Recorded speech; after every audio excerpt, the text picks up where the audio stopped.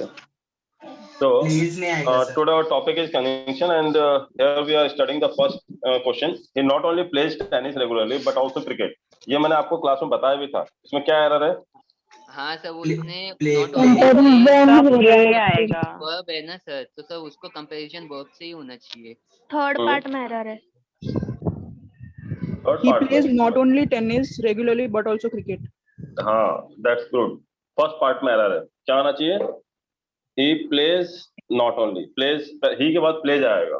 तो वो खेलता है. क्या खेलता है? Not only tennis, ना केवल टेनिस, but also cricket. तो टेनिस या क्रिकेट से कंपेयर करोगे ना. अगर आप ऐसा बोलते हो कि he not only plays, इसका मतलब क्या होता है कि वो ना केवल खेलता है तो और क्या करता है, पढ़ता भी है. फिर ऐसा बोलना पड़ेगा he not only plays but also studies. समझा कि नहीं समझा आपको? आप प्ले को कंपैरिजन कर रहे हो या टेनिस और क्रिकेट को कंपेयर कर रहे हो? किसको कंपेयर कर रहे हो पहले तो ये बताओ. क्रिकेट को. हाँ, तो नॉट ओनली और बट ऑल्सो के बाद वही वर्ड आएगा जिसका कंपैरिजन किया जा रहा है. तो यहाँ पे ही नॉट ओनली और प्लेज लगा दिया है. इसका मतलब नॉट ओनली के बाद जो प्लेज लगा हुआ है तो अगला कंपैरिजन प्लेस के साथ होना चाहिए सामने वाले वर्ड का, जिसमें ऐसा आना चाहिए था और स्टडीज हो सकता था. बट ऐसा है क्या? आप एक्चुअली सेंटेंस में आपको समझ में आ रहा है कंपैरिजन किसमें किया जा रहा है?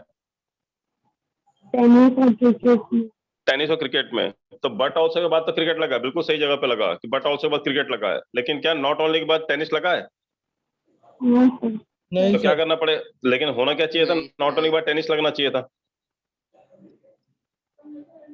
यस सर, नॉट ओनली के बाद टेनिस लगना चाहिए था.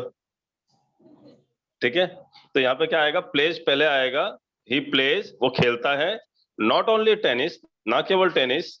अब रेगुलरली छोड़ दो, होता है adverb. Not only tennis but also cricket, cricket भी खेलता है. अभी समझ में आया आपको एरर क्या था? लेकिन एट ए फर्स्ट ग्लांस अगर कोई नॉर्मल बच्चा जाएगा एग्जाम देने ना तो उसे एरर दिखेगा नहीं. यहाँ पे उसे लगेगा सही तो है, नॉट ओनली प्लेज टेनिस, ना केवल टेनिस खेलता बट ऑल्सो क्रिकेट भी खेलता था. वो मीनिंग के हिसाब से देखो बिल्कुल सही लगता है हमको, लगता है ना? बट अभी आपको कंसेप्ट समझ में आया क्यों क्यों गलत हो रहा है? किसी को डाउट इसमें? हाँ सर. सर हम्म, वो आई थिंक 23 कराए थे, आपने बोला था 27 की 26 होते हैं ना कंजंक्शन. बाकी है सर. हो गया था ना बाद में. नहीं हुआ था सर. दो बाकी है. तो एक दो बाकी में चलो हो जाएगा, उसमें कोई दिक्कत नहीं, बाद में करवा दूंगा मैं. क्वेश्चन सॉल्व करते हैं, हो जाएगा. क्वेश्चन सॉल्व करने में दिक्कत नहीं आएगी. अभी आपको उतना पढ़ ले काफी. मेजर वाले पढ़ा दिए मैंने आपको.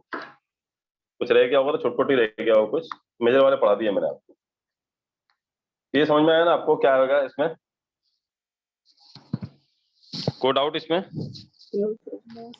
No, sir. ओके, अगला देखें क्या दिया है. Until you begin to make a better use of your time, I shall not stop finding fault in you.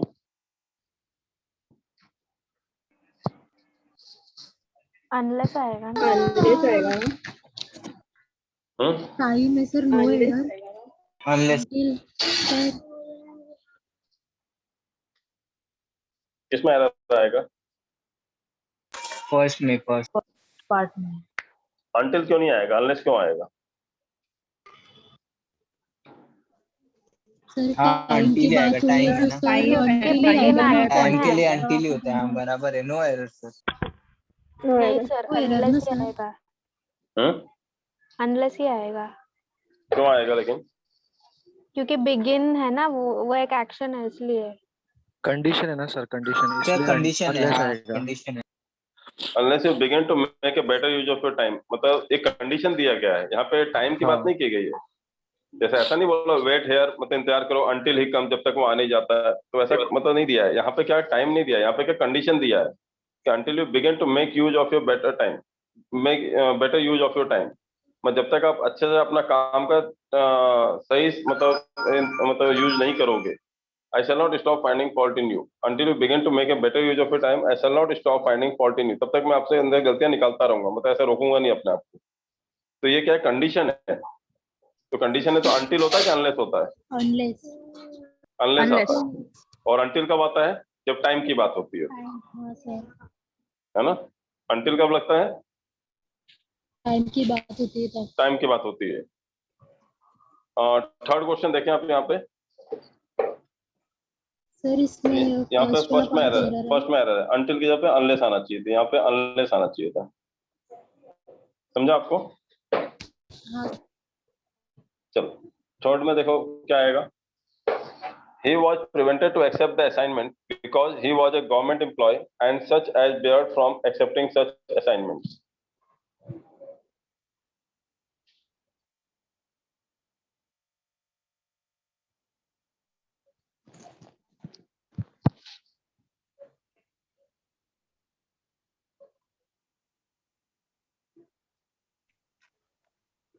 Three hmm, three three 3 में क्या एरर है? सच एज बार्ड सर, वो sound करने बनाने लगा। हाँ, तो ये क्या होता है, जैसे थोड़ा बहुत अगर आपको इंग्लिश आती है तो उसके बेस पे थोड़ा अंदाजा लग जाता है, क्योंकि आपको पढ़ते समय समझ में आ जाता है, थोड़ा ऑड लग रहा है पढ़ने में, है ना। तो यहाँ पे सच एज तो नहीं आएगा, ये हमको भी समझ में आ रहा है। He was prevented to accept the assignment, मतलब उसको मना किया गया, मतलब prevented to accept the assignment मतलब उसको असाइनमेंट नहीं दिया गया because he was a government employee, एक तो सरकारी कर्मचारी था,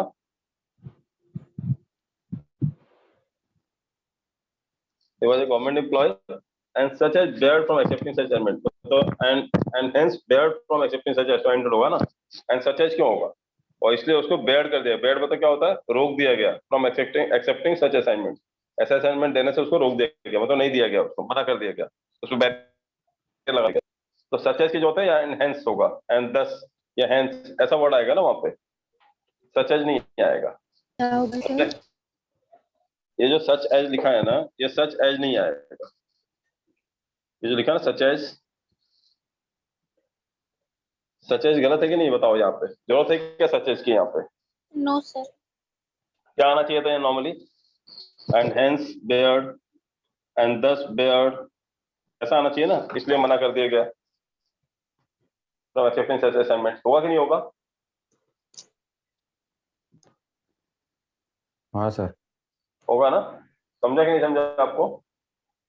Yes, sir. Sir okay, sir second sentence में ऑलरेडी बिकॉज दिया, तो फिर वापस से हेंस क्यों लगाएंगे? कौन सा? बिकॉज और हेंस का अलग अलग वर्ड है ना, मीनिंग। बिकॉज और रीजन एक मीनिंग होता है ना, बिकॉज और हेंस तो अलग अलग मीनिंग है। बिकॉज मतलब क्योंकि होता है, और हेंस मतलब क्या होता है, एज ए सोल्यूशन होता है। हेंस या दस जो होता है एज ए सोल्यूशन होता है, फाइनली और इवेंचुअली, वैसे ही यूज किया जाता है ना हमको। और बिकॉज कारण बताता है, रीजन भी कारण बताता है। बिकॉज और रीजन नहीं यूज कर सकते एक साथ, दस और हेंस तो लगा ही सकते हो। Because X equal to 5 hence it's proved, ऐसे बोलेंगे ना, हेंस नहीं बोलेंगे वहां पे, बोलेंगे ना। समझा आपको? समझ गया सर। हाँ सर। ओके, फोर्थ देखें आप, since the lack of man power we can not conduct the survey in rural areas. First, क्योंकि सिंस नहीं आएगा यहाँ पे, है ना, सिंस तो नहीं आएगा ना। यहाँ पे क्या आ सकता है, because of the lack of man power, because of आएगा ना, because of the lack of, ये आएगा ना, बिकॉज ऑफ। तो सिंस का क्या मीनिंग हो सकता है हिंदी में? सिंस मतलब होता है, देखो दो तीन मतलब होता है, मैं आपको हिंदी बता देता हूँ। सिंस का मतलब ये समझ में आया, बिकॉज ऑफ आएगा। तो सिंस का मतलब आता है नॉर्मली, सिंस मतलब होता है चूंकि, ये हिंदी में तो एक्चुअल वर्ड ये बोला जाता है, चूंकि। सिंस द लैक ऑफ मतलब ऐसे बोलता है ना, since he is my brother, चूंकि वो मेरा भाई है, हिंदी में चूंकि वर्ड यूज करते हैं। Since he is my brother I cannot remove him from the house, क्योंकि वो मेरा भाई है। अब क्योंकि चूंकि इस तरह से मिलने आता है, वो मेरा भाई है इसलिए निकालता है। Since X equal to 5 hence Y equal to 7, since you are not going there, ठीक है, वहां भी यूज करते हैं। सिंस मतलब चूंकि भी होता है। और दूसरा सिंस का मतलब निकलता है ये, सिंस मतलब क्या होता है, टाइम के लिए यूज किया जाता है। सिंस टाइम के लिए भी यूज किया जाता है प्रीपोजिशन की तरह। सिंस और for. Since I am living here in, हाँ सिंस और फॉर, जैसे सिंस मतलब होता है वहां पे, मतलब होता है से, वहां सिंस का मतलब क्या होता है, या फॉर का मतलब क्या होता है, से। जबकि नॉर्मल में फॉर का मतलब क्या होता है, के लिए। जैसे दिस इज फॉर यू, ये आप तुम्हारे लिए है, तो फॉर मतलब के लिए होता है। लेकिन बोलते हैं फॉर 1 मंथ, फॉर 1 मंथ मतलब क्या होता है, एक महीने से। और सिंस 1980 मतलब क्या हुआ, 1980 से। तो वहां पर मीनिंग जो होता है सिंस का, से होता है, जब टाइम के सेंस में बात करते हैं तो। समझ में आया आपको? हाँ जब टाइम के सेंस में बात करते हैं तो सिंस का मतलब से होता है, और जब टाइम के सेंस में बात नहीं करते, नॉर्मल बात करते हैं, तो सिंस का मतलब जो होता है वो होता है चूंकि, और फॉर का मतलब होता है, सॉरी, फॉर का मतलब होता है के लिए, दिस इज फॉर यू बोलते हैं ना, सर समझ में? हाँ बोलो। मतलब जैसे कोई शॉप वगैरह रहती है ना, वहाँ पे लिखा रहता है ना सिंस 1956 ऐसे कुछ तो भी, तो वहाँ पे तो स्टे हो गया इसका मीनिंग, तो टाइम के लिए यूज किया है ना यहाँ पे मतलब। हाँ, अगर आपको सिंस के बाद टाइम लगाते हैं तो सिंस का मतलब से हो जाता है, सिंस 1980, सिंस नाइट, रात से, मतलब जैसे मैं बोलूँ she has not return since night, मतलब रात से घर नहीं आई है, तो she has not return since night, तो सिंस नाइट मतलब क्या होता है, रात से, ओके सर, अभी समझा। वहां से मतलब निकलता है, समझा हाँ। आपको? बट यहाँ जो सेंस आ रहा है मतलब क्या होता है, के कारण या चूंकि, तो because of the lack of man power, कमी के कारण we cannot conduct the survey in rural areas, तो ग्रामीण क्षेत्रों में, रूरल एरियाज में हम लोग सर्वे कंडक्ट नहीं कर सकते बिकॉज मैन पावर की कमी है। तो मैन पावर, क्योंकि lack of, because of the lack of होगा ना, मतलब मैन पावर की कमी के कारण, तो बिकॉज ऑफ हाँ मतलब क्या होता है, due to the reason of, due to the reason of, sense नहीं बोल सकते ना वहां पे, इसलिए सेंस नहीं आएगा यहाँ पे, समझा आपको यार? हाँ सर। हाँ सर समझ। क्लियर है सबको? ओके, नेक्स्ट बताएं क्या आएगा। He is anxious not only to acquire knowledge but also eager to display it. To acquire knowledge. One यहाँ भी वही गलती है जो यहाँ भी वही गलती है जो पहले वाले में गलती थी। वहां था he not only plays, और यहाँ पे क्या कर दिया उन्होंने, he is anxious not only नहीं आएगा। अच्छा, not but also के बाद क्या लिखा है, but also के बाद क्या लिखा है वो ध्यान दो, क्या लिखा है but also के बाद? Eat.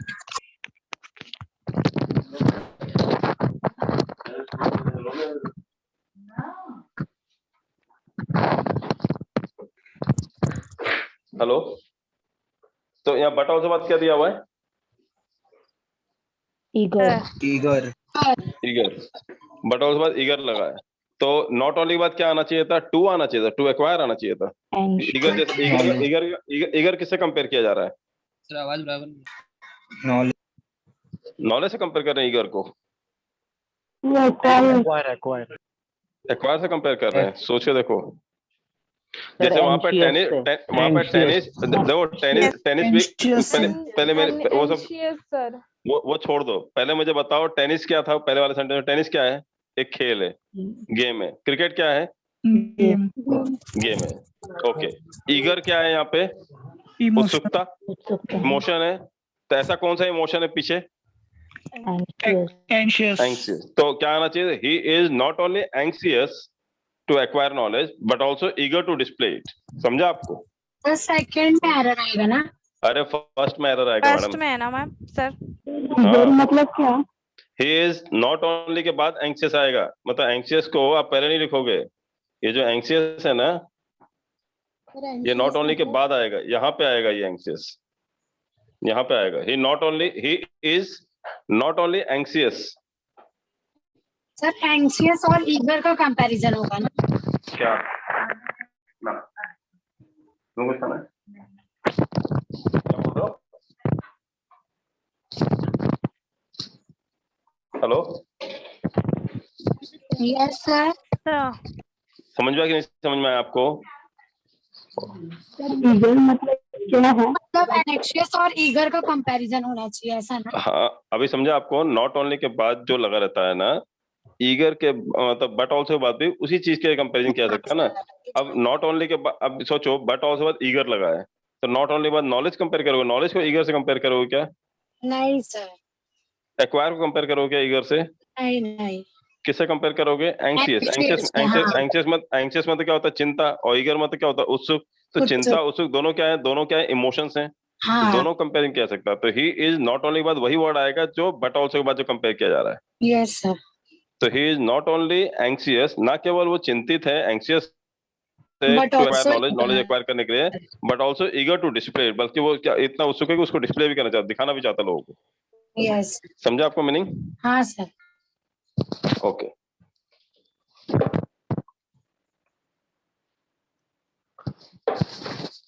चलो नेक्स्ट क्वेश्चन बताओ आप मुझे। आज तक मैं ही पढ़ाता था, तुम लोग साली सुनते हो। अब तुम लोग बताओ मुझे, अब मुझे नहीं आता इसके आगे का, पढ़ के नहीं आया मैं आज, ठीक है। अब तुम बताओगे मुझे। हाँ, sir in the unless region, starting में आएगा।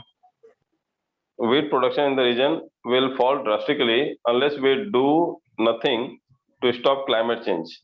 Unless we do nothing, wheat production in the region will be fall drastically. नहीं इतना इतना ज्यादा चेंजेस नहीं कर सकते बेटा आप क्वेश्चन में। नहीं, क्या वो पीछे वाले को उठा के आगे लिख लो, इतना कहाँ कहाँ एरर मारोगे बताओ।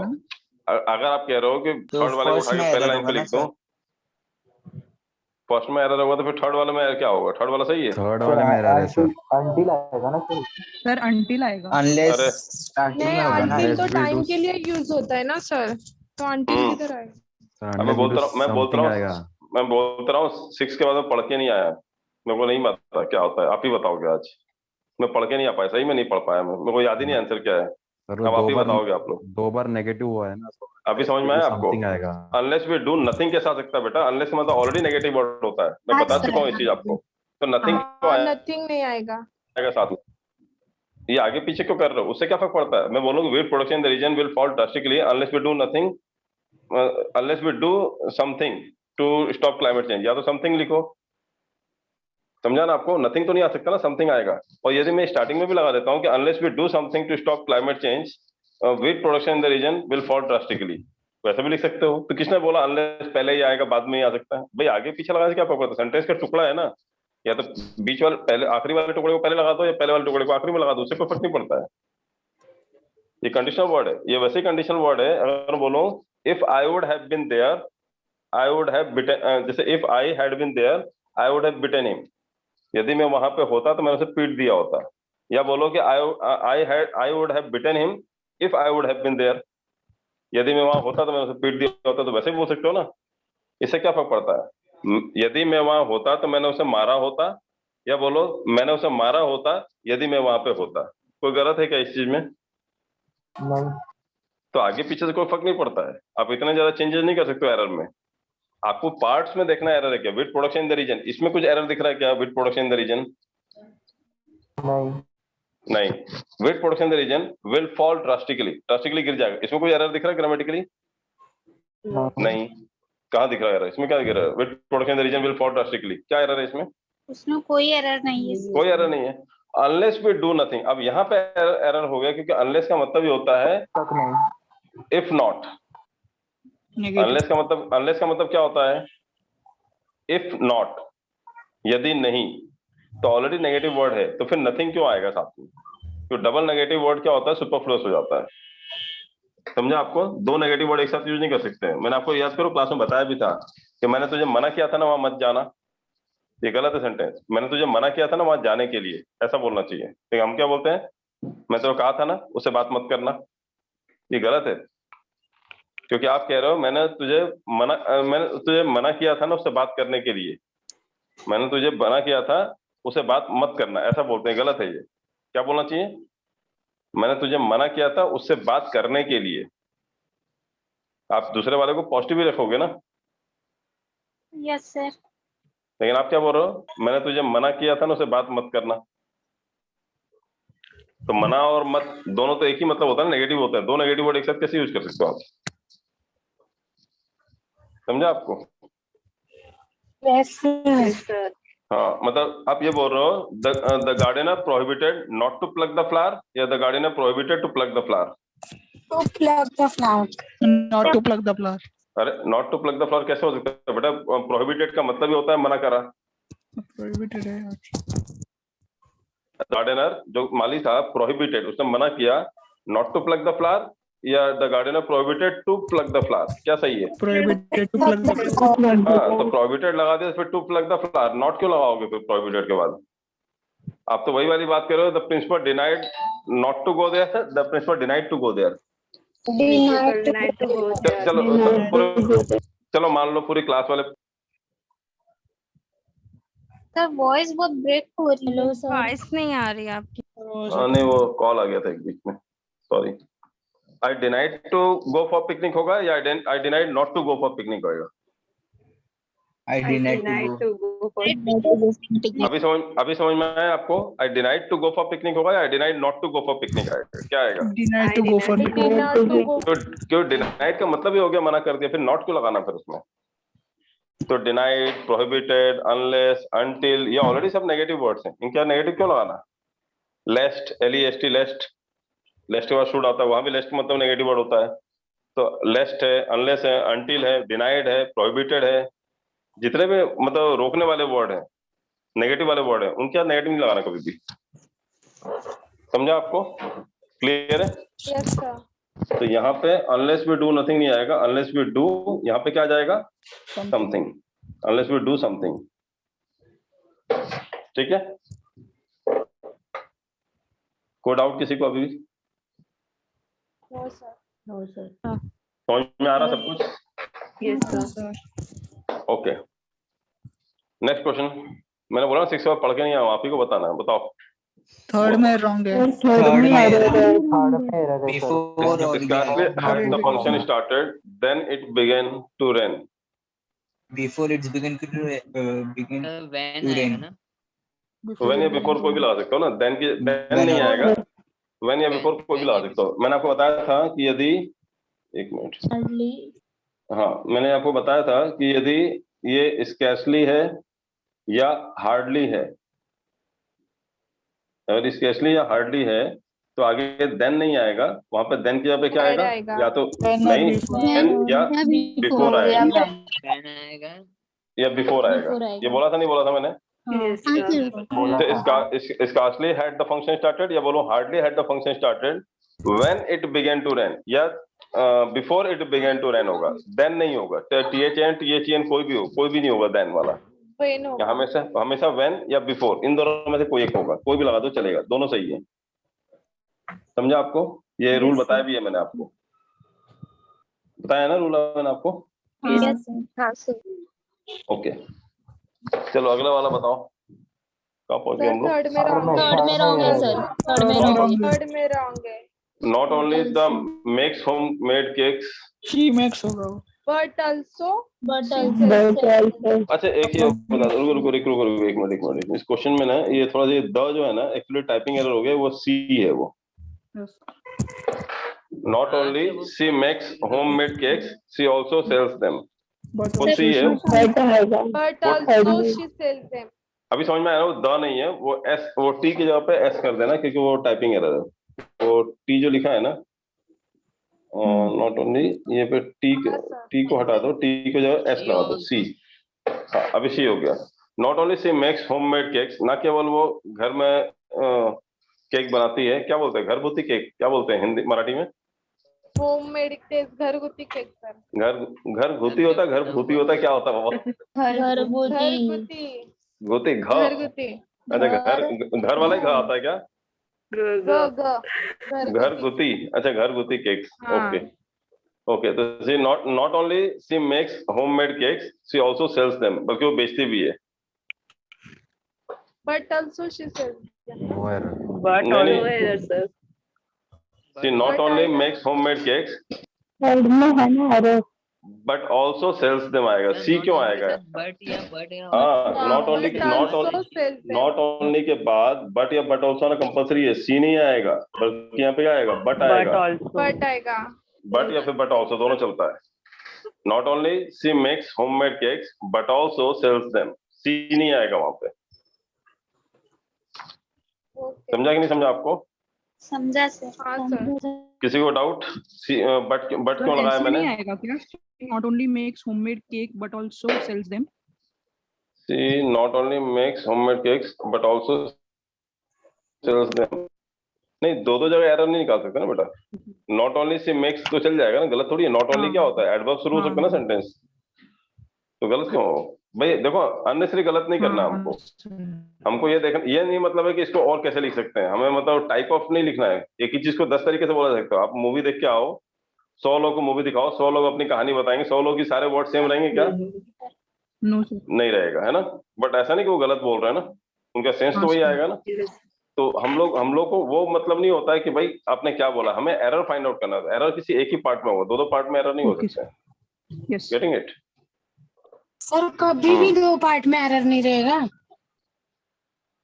नहीं, कभी भी 2 पार्ट में एरर नहीं आता है, और आएगा तो आपसे अलग से उन पे डायरेक्शन देके पूछा जाएगा कौन से 2 पार्ट में एरर है, तो पूछा जाएगा अलग से फिर ओके। आपसे नॉर्मली। जैसे आज आपके क्वेश्चन जो पेपर आया था ना, उसमें थोड़ा अलग पैटर्न आया था, थोड़ा सा चेंज कर दिया था उन्होंने पैटर्न, और बैंकिंग में सर हमेशा आज का एक्सपेरिमेंट करते पेपर हैं। टफ आया था? आज का पेपर टफ आया था क्या सिंपल था? टफ था आज का paper, tough in the sense मतलब थोड़ा सा पैटर्न इंग्लिश थोड़ा चेंज इजी किया था था, ना? नहीं सर फर्स्ट पैटर्न थोड़ा शिफ्ट चेंज किया था उन्होंने। पेपर जो तो आसान मॉर्निंग था, पेपर आसान था, पेपर इतना टफ नहीं था, बट थोड़ा पैटर्न थोड़ा चेंज था। हाँ पैटर्न चेंज था सर, पर इंग्लिश पेपर इजी इजी था। था, इजी था पेपर। इजी था पेपर। कितने लोगों ने दिया पेपर? सिर्फ एनालिसिस देखा था, दिया नहीं है। 12th मैंने दिया सर। दिया था? कितने का पेपर साइली आपका? ने भी दिया था, उसने अरे भी बोला ठीक-ठाक कि था इजी था, मतलब। जो सर ने पढ़ाया वही आया था। वही आया था जो पढ़ाया था? ओके दैट्स हाँ, गुड। जो मैम ने क्वेश्चन। अटेम्प्ट कितने हुए थे तुम्हारे? मैंने नहीं दिया, साइली बता रही थी, उसने आज दिया ना, तो फिर वो बता रही थी। नहीं, और भी कोई है दिया है बोला पेपर, उसको पूछो। कैसा क्या Attempt- ओवरऑल कितना अटेम्प्ट किया आपने? सर वो देखा नहीं सर, सीधा स्क्रीन बंद कर दिया। अच्छा स्क्रीन बंद कर दिया। कितने फिर भी अटेम्प्ट कितना किया था नियर अबाउट? सर इंग्लिश का अच्छा खासा हुआ था, मतलब इंग्लिश का जो डाला है आंसर्स वो सब राइट ही है, ओके बट मैथ्स का थोड़ा लैक ऑफ प्रैक्टिस की वजह से प्रॉब्लम हो, बाकी सब तो अच्छा गया। ओके। नहीं देखो मैथ्स आप भी जानते हो, मैथ्स एंड रीजनिंग है ना, रीजनिंग में फिर भी थोड़ा कंसेप्ट कम है, थोड़ा जल्दी तैयारी हो जाती है। इंग्लिश जो है अगर आप रीडिंग हैबिट डालोगे थोड़ा अच्छा हो जाता है, बट मैथ्स के लिए तो आपको प्रैक्टिस चाहिए रहता है बेटा। बिना मैथ्स बिना प्रैक्टिस के स्पीड से नहीं बनता, बनता है स्पीड से नहीं बनता। आपको वहाँ 20 मिनट सॉल्व करने होते हैं 35 क्वेश्चन, वो प्रॉब्लम हुआ वहाँ टाइम का ही खेल है। बाकी ऐसा नहीं, अगर आपको आधा घंटा ज्यादा दे देंगे ना पूरा 35 कर लोगे। हाँ सर। ठीक है, मैं बोल रहा हूँ कि यदि आपको मैथ्स का क्वेश्चन के लिए आधा घंटा और दे दिया जाए ना, तो पूरे 35 में 35 क्वेश्चन कर सकते हो आप। बट बात आती है कि उस टाइम फ्रेम में, उस स्टिपुलेटेड टाइम जो दिया रहता है आपको, उस टाइम फ्रेम में आप कितने क्वेश्चन अटेम्प्ट कर पाते हो with accuracy, that is more important, and that is called time management and practice. वहां पे आपको चाहिए रहेगा, प्रैक्टिस होगा, टाइम मैनेजमेंट प्रॉपर होगा, you will be able to solve the question, otherwise दिक्कत होती है। क्लास कब चालू होने वाला है फिजिकल? फिजिकल बोलो उद्धव ठाकरे सर से जल्दी चालू करवा दें। मैं तो चाहता हूँ चालू हो जाए, मेरे को भी अच्छा लगता है। इतनी सारी ब्रांचेस के रेंट दे रहा हूँ मैं, बिना बिना क्लास चलाए रेंट देना कितना भारी पड़ता है मैं ही समझता हूँ।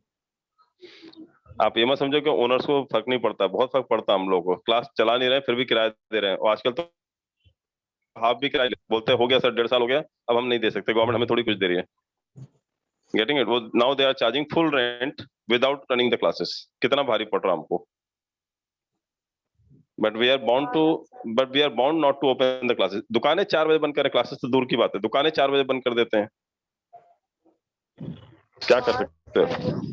लेकिन सर जो मतलब क्लास में पढ़ाई होती है वो घर में नहीं होता। नहीं वो नहीं होता, लेकिन ऐसा नहीं है, ऑनलाइन में भी बच्चों को जम रहा है, क्योंकि ऑनलाइन में भी मैंने देखा है बच्चों को टाइम बच रहा है। लेक्चर अटेंड करते हैं अच्छे से हम लोग, मतलब हाँ वही प्रैक्टिस नहीं होता है। अच्छा प्रैक्टिस, जो भी डाउट्स हो जल्दी से मैम। हाँ वही। नहीं डाउट्स अगर आप सर देखो, डाउट सेशन होता है हमारे यहाँ पे, ठीक है। अगर आप अपने डाउट टाइम पे भेज दो तो आपको उस वीक में जो डाउट सेशन होगा वहाँ पे आप सर से पूछ सकते हो, कोई मना थोड़ी है वहाँ पे। ऑनलाइन ना टाइम बचता है, इसमें टाइम कंज्यूम होता है, वरना आने जाने में टाइम निकल जाता है। आने जाने में कम से कम आप कहीं भी रहते हो आधा घंटा आना जाना मान के चलो आप, हाँ आपका टाइम बचता है एक्चुअली। इसलिए ऑनलाइन हम लोग बंद नहीं करने वाले, इवन फिजिकल चालू हो जाएगा तो भी ऑनलाइन चलेगा, और ऑनलाइन में रिकॉर्डिंग होती है, फिजिकल में रिकॉर्डिंग नहीं करते हम लोग क्लास को। सर रिकॉर्डिंग वीडियो थोड़े लेट आ रहे हैं। नहीं थोड़ा सा मेरा लैपटॉप खराब था, तो मैंने उसको बनाने के लिए दिया था, तो बन ही रहा अभी तक, तो मैंने फिर नया लैपटॉप खरीद लिया। अब प्रॉब्लम नहीं आएगी अब आपको फटाफट सारे वीडियोज अपलोड हो जाएंगे। मैंने नया लैपटॉप लेना पड़ा मुझे, वो पुराना लैपटॉप थोड़ा मैं जो पहले जो एम्प्लॉय काम करता था उसने गिरा दिया था शायद, तो उसी वजह से दिक्कत हो रहा था, वो उसका पूरा सर्किट हिल गया था वो। हर्षदा मैडम? नहीं हर्षदा मैम नहीं, वो नया लैपटॉप, वो दूसरा लैपटॉप है। वो जो पहले जो मेरा पर्सनल लैपटॉप था वो मैंने किसी को दिया था, वो गाँव लेके चला गया था लॉकडाउन में, और गिरा तोड़ के लाया फिर वो, तो 1 महीना चला फिर वो खराब हो गया, फिर बनवाने के बाद तो मैंने नया लिया, अभी कोई दिक्कत नहीं आएगी, अब प्रॉपर वीडियो रिकॉर्ड होगा आपका। आज का कब आएगा रिकॉर्डेड लेक्चर? क्या बोल रहा हूँ? आपका लेक्चर कब आएगा सर? अभी आ जाएगा, अभी इस क्लास के बाद मैं अपलोड कर दूंगा, मेरे लैपटॉप में ही है, मैं अपलोड कर दूंगा। ठीक है चलो अब आगे देखते हैं हम लोग। As a boy Dheeraj is very obedient polite and hard working. Spelling गलत है, वो उसमें मत जाना, स्पेलिंग गलत नहीं आएगा इसमें, HARD हार्ड वर्किंग, वो टाइपिंग एरर है। Hard working but as a student always in attention in study.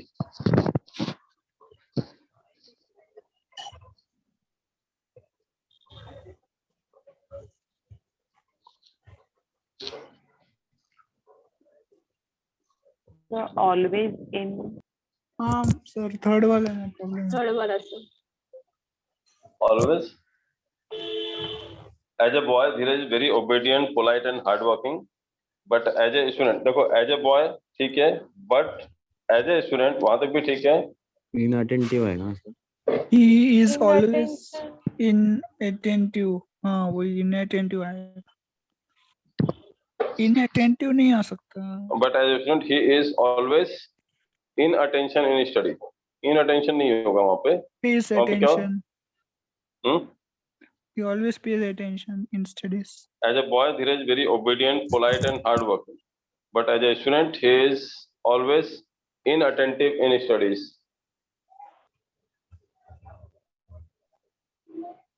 inattention नहीं होगा, inattentive होगा, लेकिन वो यहाँ पे वो एरर नहीं होना चाहिए था। यहाँ पे कंजंक्शन का एरर तो है ही नहीं है यहाँ पे। As a boy Dheeraj is very. Sir English का बुक लिखा था ऐसा। क्या बोल रहे हो, क्या बोल रहे हो आप? बोलो बोलो, क्या बोल रहे थे? तो बोलो ना, क्या डर क्यों रहे हो? बोलो बोलो, कोई फर्क नहीं पड़ता, बोलो। सर वो बुक का कुछ तो पूछ रहे थे, इंग्लिश का बुक। इंग्लिश का बुक इस बुक में है ना, ये क्वेश्चंस दिए हुए हैं बुक में आपके। हाँ सर है। हाँ वो थोड़ा टाइपिंग एरर हो जाता है तो कि किसका बुक नहीं मिला आपको? वो मैम आप जो आपके जहाँ भी ब्रांच में एडमिशन लिया ना वहाँ मैसेज भी किया था सर को। कौन से बुक के लिए? मैम को मैसेज किया था सर हम लोग ने, क्लास का बुक। तो मैडम ये नहीं, क्लास की बुक तो अवेलेबल है, अभी प्रिंट होके आ गई है, आप देख लीजिए आप लोग कैसा क्या है। आप अपने जो ऑफिस में जो भी ब्रांच मैनेजर है उनसे बात कीजिए, वो आपको देंगे, उनसे बात कीजिए। मैं ये सब चीज नहीं देखता हूँ, मैं बुक्स अवेलेबल है मुझे पता है, बुक्स है आपको प्रिंट होके आ चुकी हैं, तो जिसको भी नहीं मिला मैडम से बात कीजिए, मिल जाएगा आपको। ठीक है। As a boy Dheeraj very obedient polite and hard working but as a student he is always inattentive in study. क्या आएगा यहाँ पे? थर्ड वाला इनअटेंटिव, वो तो आपका यहाँ भी टाइपिंग एरर ही है मुझे लग रहा है, क्योंकि ये कंजंक्शन का एरर नहीं कह सकते। इनअटेंटिव सेकंड वाला प्रॉब्लम है। सेकंड वाले में क्या गलती है? He is as a boy Dheeraj very obedient polite and hard working but as a student he is. सही तो है, धीरज के लिए यूज किया जा रहा है ही इज। सर राइट है, नो एरर है। नो एरर है इसमें। वो इनअटेंटिव के बाद मत जाओ, इनअटेंटिव आपका ये टाइपिंग एरर है, इनअटेंटिव कर दो। इनअटेंशन नहीं होगा, ये स्पेलिंग गलत है, ये इसको इनअटेंटिव कर दो तो सही हो जाएगा। Is always inattentive in study. समझा आपको? सब्जेक्टिव केस लगेगा ना? ये सब कहाँ पे? इसके बाद सब्जेक्टिव केस ऑफ प्रोनाउन लगेगा ना, मतलब कहाँ पे? सेकंड में ना। हाँ तो लगा ना, ही लगा ना, ही सब्जेक्टिव केस ऑफ प्रोनाउन ही तो है। इसके तुरंत बाद में ऐसा कुछ नहीं है ना? कौन सा? सेकंड नहीं नहीं, वो तो सही है ना। एज ए बॉय एक लड़के के हिसाब से देखा जाए तो धीरज जो है बहुत ओबीडियंट है, पोलाइट है, हार्ड वर्किंग है, बट जहां तक एज ए स्टूडेंट की बात है तो he is always inattentive in study. लेकिन पढ़ाई के मामले में थोड़ा इनअटेंटिव वो, तो नो एरर है मेरे ख्याल से। तो इसमें कंजंक्शन पार्ट में तो नो एरर है। बाकी आपका हार्ड वर्किंग की स्पेलिंग गलत है, हार्ड के इनअटेंटिव या इनअटेंशन लिख दिया, टाइपिंग एरर है ये। कंजंक्शन में कोई एरर नहीं है। मतलब एज ए बॉय लिखा है तो बट एज ए स्टूडेंट वो बिल्कुल सही है, कोई गलत नहीं है। क्लियर है? कोई डाउट इसमें? नेक्स्ट बताएं। The redevelopment project is aim not just providing good houses to shanty dwellers but also developing infrastructure around the major Mumbai to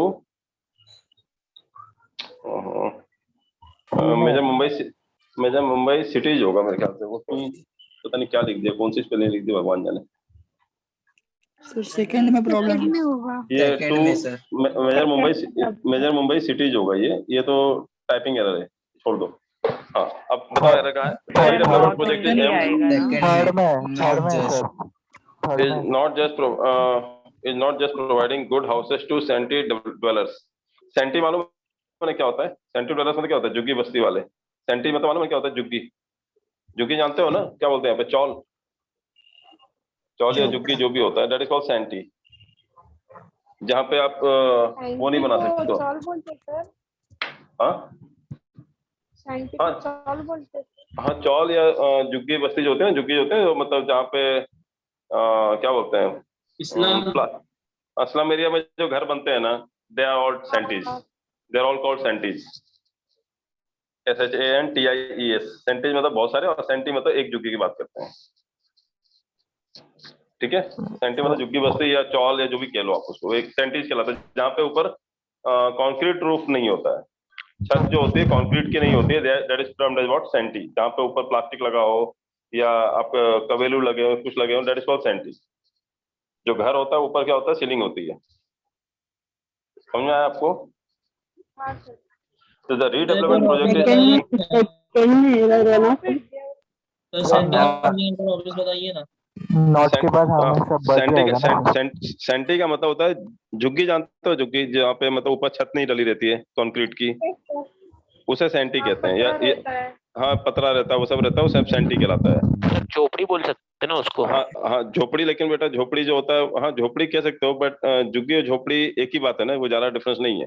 पर झोपड़ी में थोड़ा सा डिफरेंस ये आ जाता है कि झोपड़ी में वो जो क्या बोलते हैं, घास फूस के बनाए जाते हैं, घास फूस के बनते हैं, जो गांव साइड में बनते हैं वो झोपड़ी होती है। दैट इज कॉल्ड हट, दैट इज कॉल्ड हट, HUT हट। तो हट जो होता है वो झोपड़ी जो होती है उसमें घास फूस उससे बनती है। और जो सेंटी बोल रहा हूँ मैं, वो बनता है जहाँ पे ऊपर प्लास्टिक लगा हो या ऊपर कवेलू टाइप में लगा हो, कुछ अलग टाइप का लगा हो, जहाँ पे सीलिंग नहीं डली हो। ये चौल वगैरह में लाइक उसी तरीके से होता है। उसी तरीके से, that is also road side developers. हाँ तो वही। हाँ जो रहते हैं ना हाँ चलो एनीवे वो मीनिंग समझ में आ गया ना आपको? The redevelopment project is aim not just providing good houses to shanty dwellers but also developing infrastructure around the major Mumbai cities. Sir also नहीं आएगा ना, बट ही आएगा ओनली। नॉट ऑनली आएगा। The redevelopment project is aimed not just बोला उधर। तो not नहीं आएगा, नॉट ओनली आएगा, नॉट जस्ट नहीं आएगा। नॉट ओनली आएगा। हाँ नॉट जस्ट नहीं आएगा, नॉट ओनली आएगा। समझा आपको? नॉट जस्ट नहीं आएगा, क्या आएगा? यहाँ पे जस्ट हटा क्या जाएगा? ओनली आएगा। जबकि ओनली का मतलब वही होता है जस्ट, लेकिन नॉट ओनली होता है बट ऑल्सो के लिए, नॉट जस्ट नहीं होता वर्ड। ठीक है, और नॉट जस्ट लगा भी दिया तो फिर बट ऑल्सो नहीं आएगा आगे। सर तो नॉट जस्ट लगा दिया तो बस बट ही आएगा ना, बस ओनली बट ही आएगा ना फिर? नहीं, बट या बट ऑल्सो दोनों चल जाता है। नॉट जस्ट होता है but not only but also होता है नॉर्मली। नॉट जस्ट मतलब जैसे बोलते हैं ना, ही is not just my brother but a friend of mine, but a good friend of mine. तो ही इज नॉट जस्ट नहीं बोल सकता, हम लोग नॉर्मली बोलना चाहिए, एक्चुअल जो ग्रामेटिकल होना चाहिए he is not only my brother but also a very good friend of mine. Not just नहीं बोल सकते आप, अगर आगे बट ऑल्सो लगा रहे हो तो नॉट ओनली बोलना पड़ेगा। समझा आपको? कोई डाउट? वो टाइपिंग एरर है क्या? नहीं, नॉट जस्ट लिखा हुआ है, वो जस्ट भी आपका एडवर्ब है, लेकिन नॉट ओनली आना चाहिए। नॉट जस्ट नहीं आएगा, नॉट ओनली आएगा। बट ऑल्सो के पहले नॉट ओनली आना ही चाहिए। जल्दी आ रहा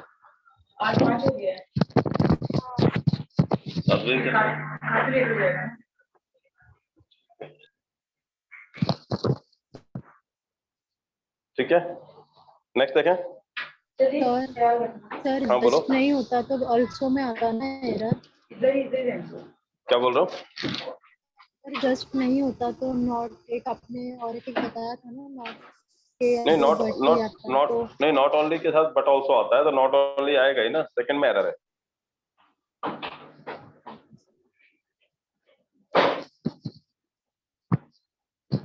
हेलो हेलो। हाँ अशोक सर, ये नेटवर्क पे से मेरा बंद हो गया था थोड़ा, उस 7th वाला एक बार बता सकते हैं क्या? 7th question. 7th क्वेश्चन, हाँ बता देता हूँ ना। 7th में था स्कैर्सली लिखा था ना, यहाँ पे स्कैर्सली हार्डली लिखा होता, hardly the function started, then नहीं होता है, स्कैर्सली हार्डली के बाद आता है व्हेन या फिर बिफोर, व्हेन या फिर बिफोर ये यूज किया जाता है। देन THEN या THAN देन यूज नहीं होता वहां पे, स्कैर्सली और हार्डली होता है, तो it is always followed by when या बिफोर, नॉट बाय देन और देन। समझा आपको?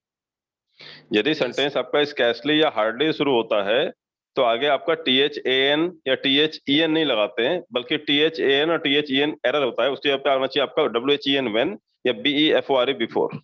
मतलब इसका सेंटेंस ऐसा बनेगा, scarcely had the function started when it began to rain या before it began to rain, that will be the right answer. समझा आपको? Okay sir. Now, next one, 11th one. He said that he wanted a room and that his luggage would follow.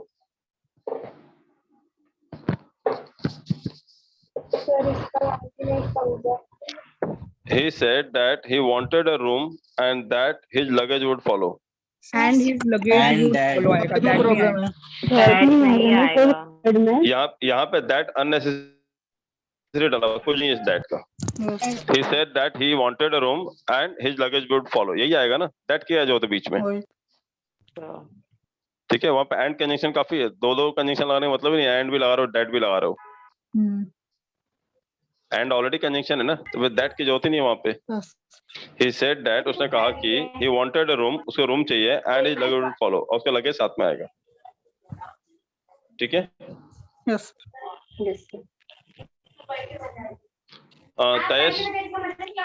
Tayesh, mute yourself.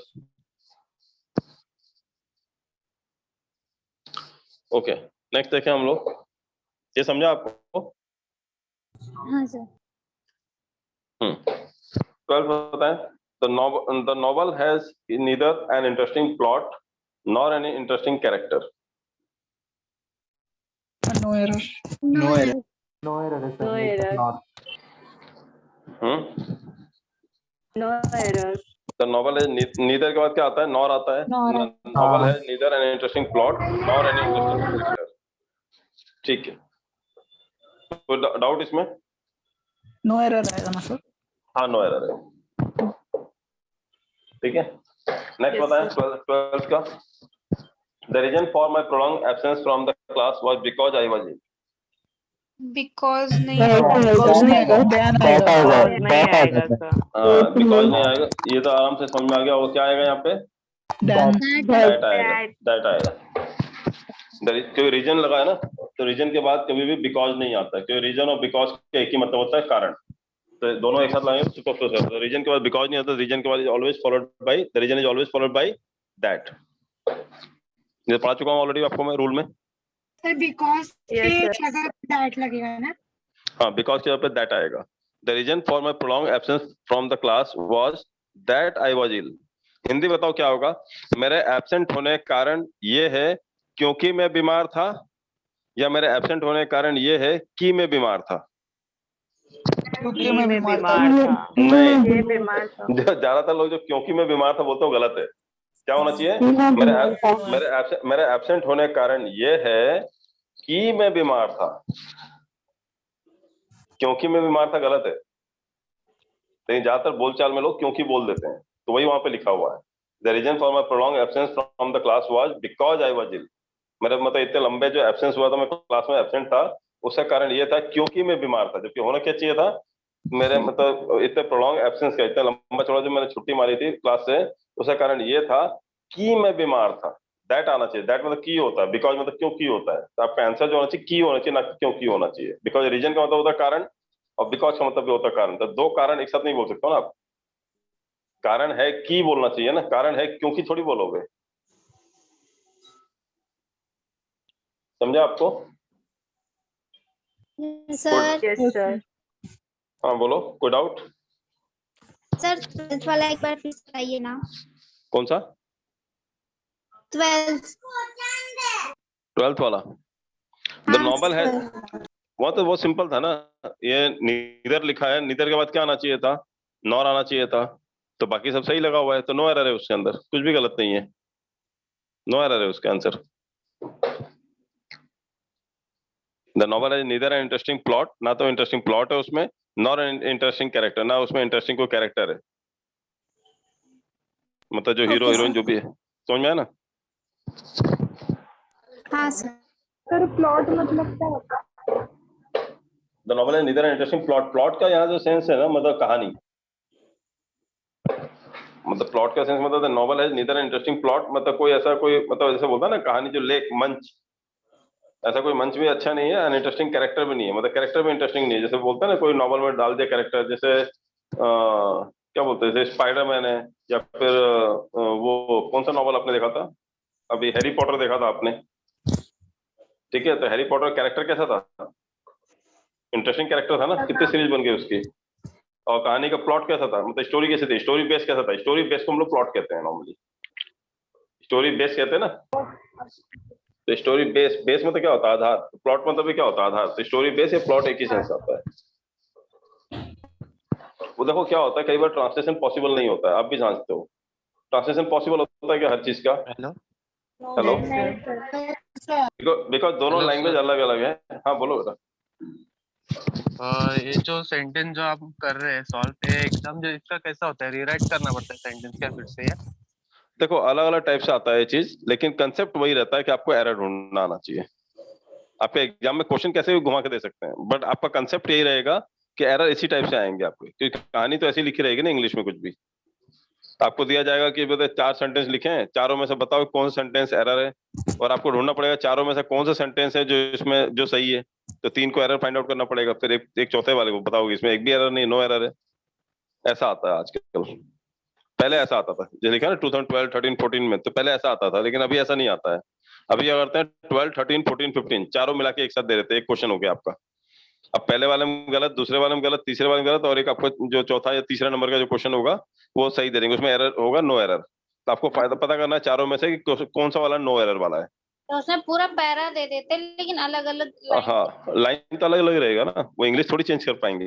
हाँ sir, इसमें जैसे एक ही line मतलब एक ही sentence है पूरा अलग पार्ट। तो मैडम वो एग्जाम का टाइम देखो कौन सा है, 2012, ठीक है? हाँ तो उस जमाने में थोड़ा पेपर आसान हुआ करता था जब आईबीपीएस चालू हुआ था। आईबीपीएस चालू हुआ था 2011 में। 2011 से पहले 2010 तक जो था ना, 12th बेस पे क्लर्क के एग्जाम होते थे, ग्रेजुएशन बेस पे नहीं होते थे। 12th में 60% से ऊपर है तो आप बैंक के एग्जाम दे सकते थे क्लर्क का। लेकिन 2011 के बाद उन्होंने कर दिया ग्रेजुएशन बेस पे होगा, और 2011 में आईबीपीएस एक बॉडी बनाई गई जो बैंक के एग्जाम कराएगी। तो पहले क्या आता था, इलाहाबाद बैंक की वैकेंसी आई है, यूको बैंक की वैकेंसी आई है, बैंक ऑफ महाराष्ट्र की वैकेंसी आई है, तो अलग अलग बैंक अपने अपनी वैकेंसी निकालते थे। किसी की 100 निकली, किसी की 150 निकली, ऐसा एग्जाम होते थे। लेकिन जब से आईपीएस आया तो 50,000 वैकेंसी, 40,000 वैकेंसी, 25,000 वैकेंसी ऐसे आने लगे थे फिर।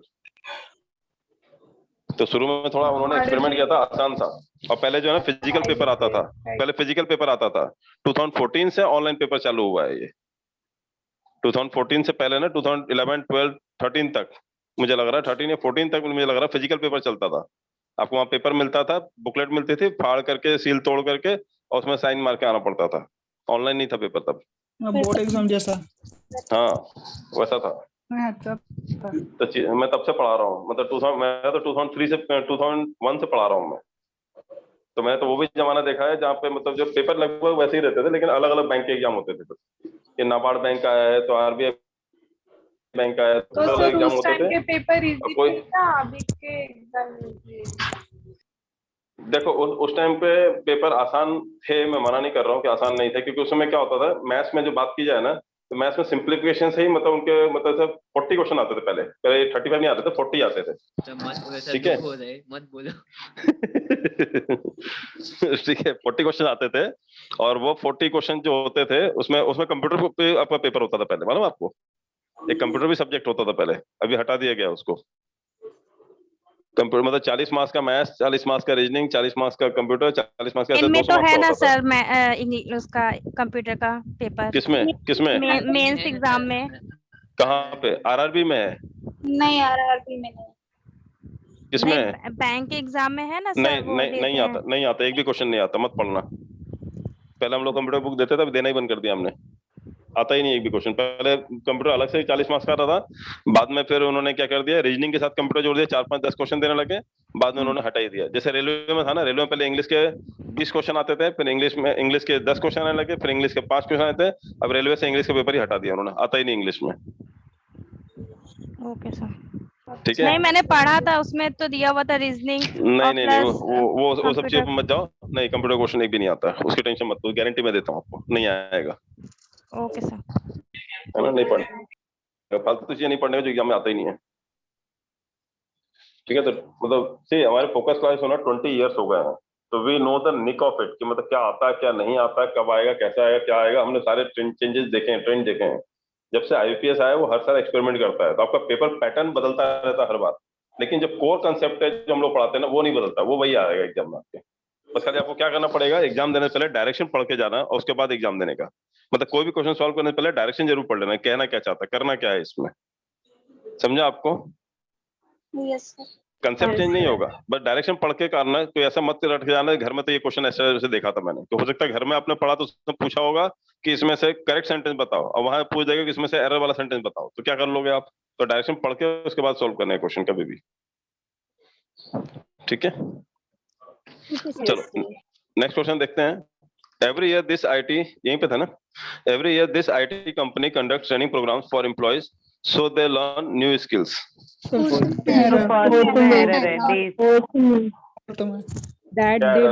learn new skills.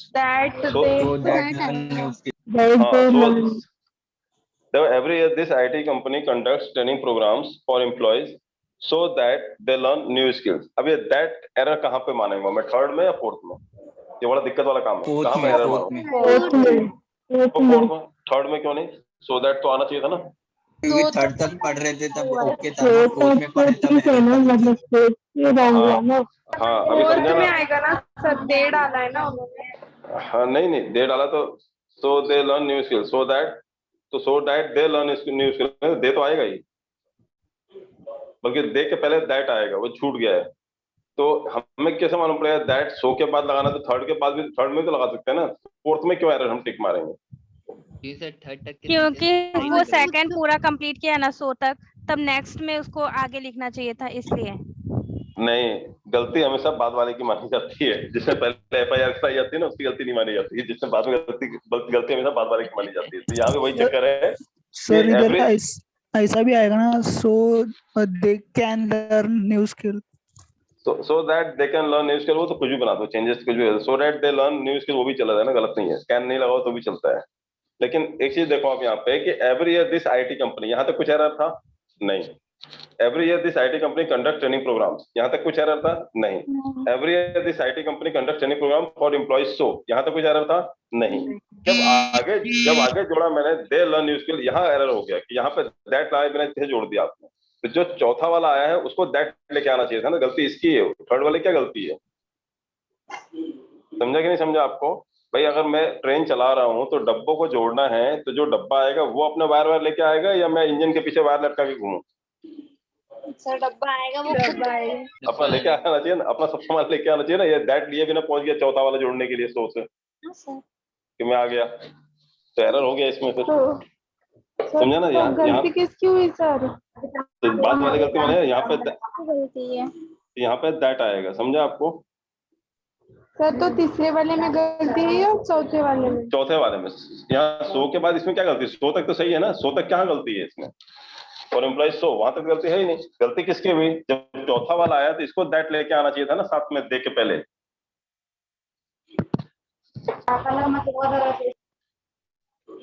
समझा कि नहीं समझा आपको? तो एरर फोर्थ में होगा, यहाँ पे एरर फोर्थ में होगा।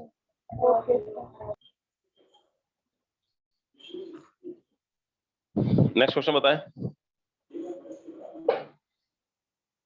कौन सा क्वेश्चन है? 15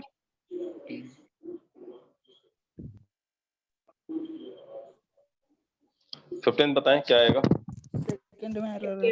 The bank will decide unless Ashok is eligible for a loan based on his monthly salary. Right है ना? राइट लग रहा है सर। अनलेस क्यों आएगा? No error. सर सेकंड वाला रॉन्ग है। सर वो until short- आएगा Until unless बता रहा है नहीं ना, आएगा। until आएगा। अरे बाबा ध्यान से पढ़ो ना, टाइम बता रहा है ना, कंडीशन बता रहा है, कुछ और ही बोल रहा है। मतलब वहाँ कंडीशन सर आएगा वेदर आएगा ना That सर। आएगा ना, तो the यहाँ पे bank will अच्छा ये decide बताओ that मुझे, Ashok the is- bank whether अच्छा एक आएगा चीज ना। बताओ, अनलेस का मतलब होता है if not, the bank will decide if not Ashok is eligible for loan, the bank will Assume decide that if, तो वही बोल रहा हूँ वहाँ पे सिर्फ इफ आएगा, the bank will decide whether या if, whether Ashok is eligible for the loan based on his monthly salary. तो वेदर आएगा या फिर इफ आएगा, वहाँ क्या आएगा वहाँ पे, ये बताया था ना वेदर और इफ का, हाँ, यस सर।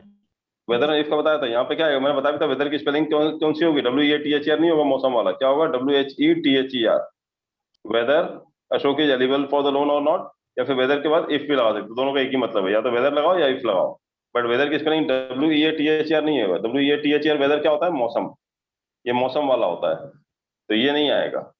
कौन सा होगा, WHETHER ये वाला आएगा, या फिर इफ, एक ही मतलब दोनों का, वेदर का मतलब होता है यदि। तो the bank will decide weather Ashok is eligible for a loan based on monthly salary, या फिर आएगा the bank will decide if Ashok is eligible for a loan based on his monthly salary, but unless तो नहीं आएगा। हाँ sir. Hello, एक doubt है sir. हाँ बोलो, बट ये समझ इसके बाद सर और लगना चाहिए था ना हाँ ना बस सर, मैं भी वही बोल रहा हूँ।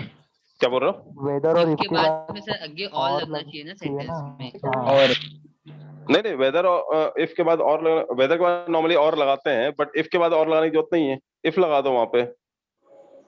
अच्छा, मतलब वेदर के तो बाद ऐसे नहीं नहीं, whether I am going to, whether I am going to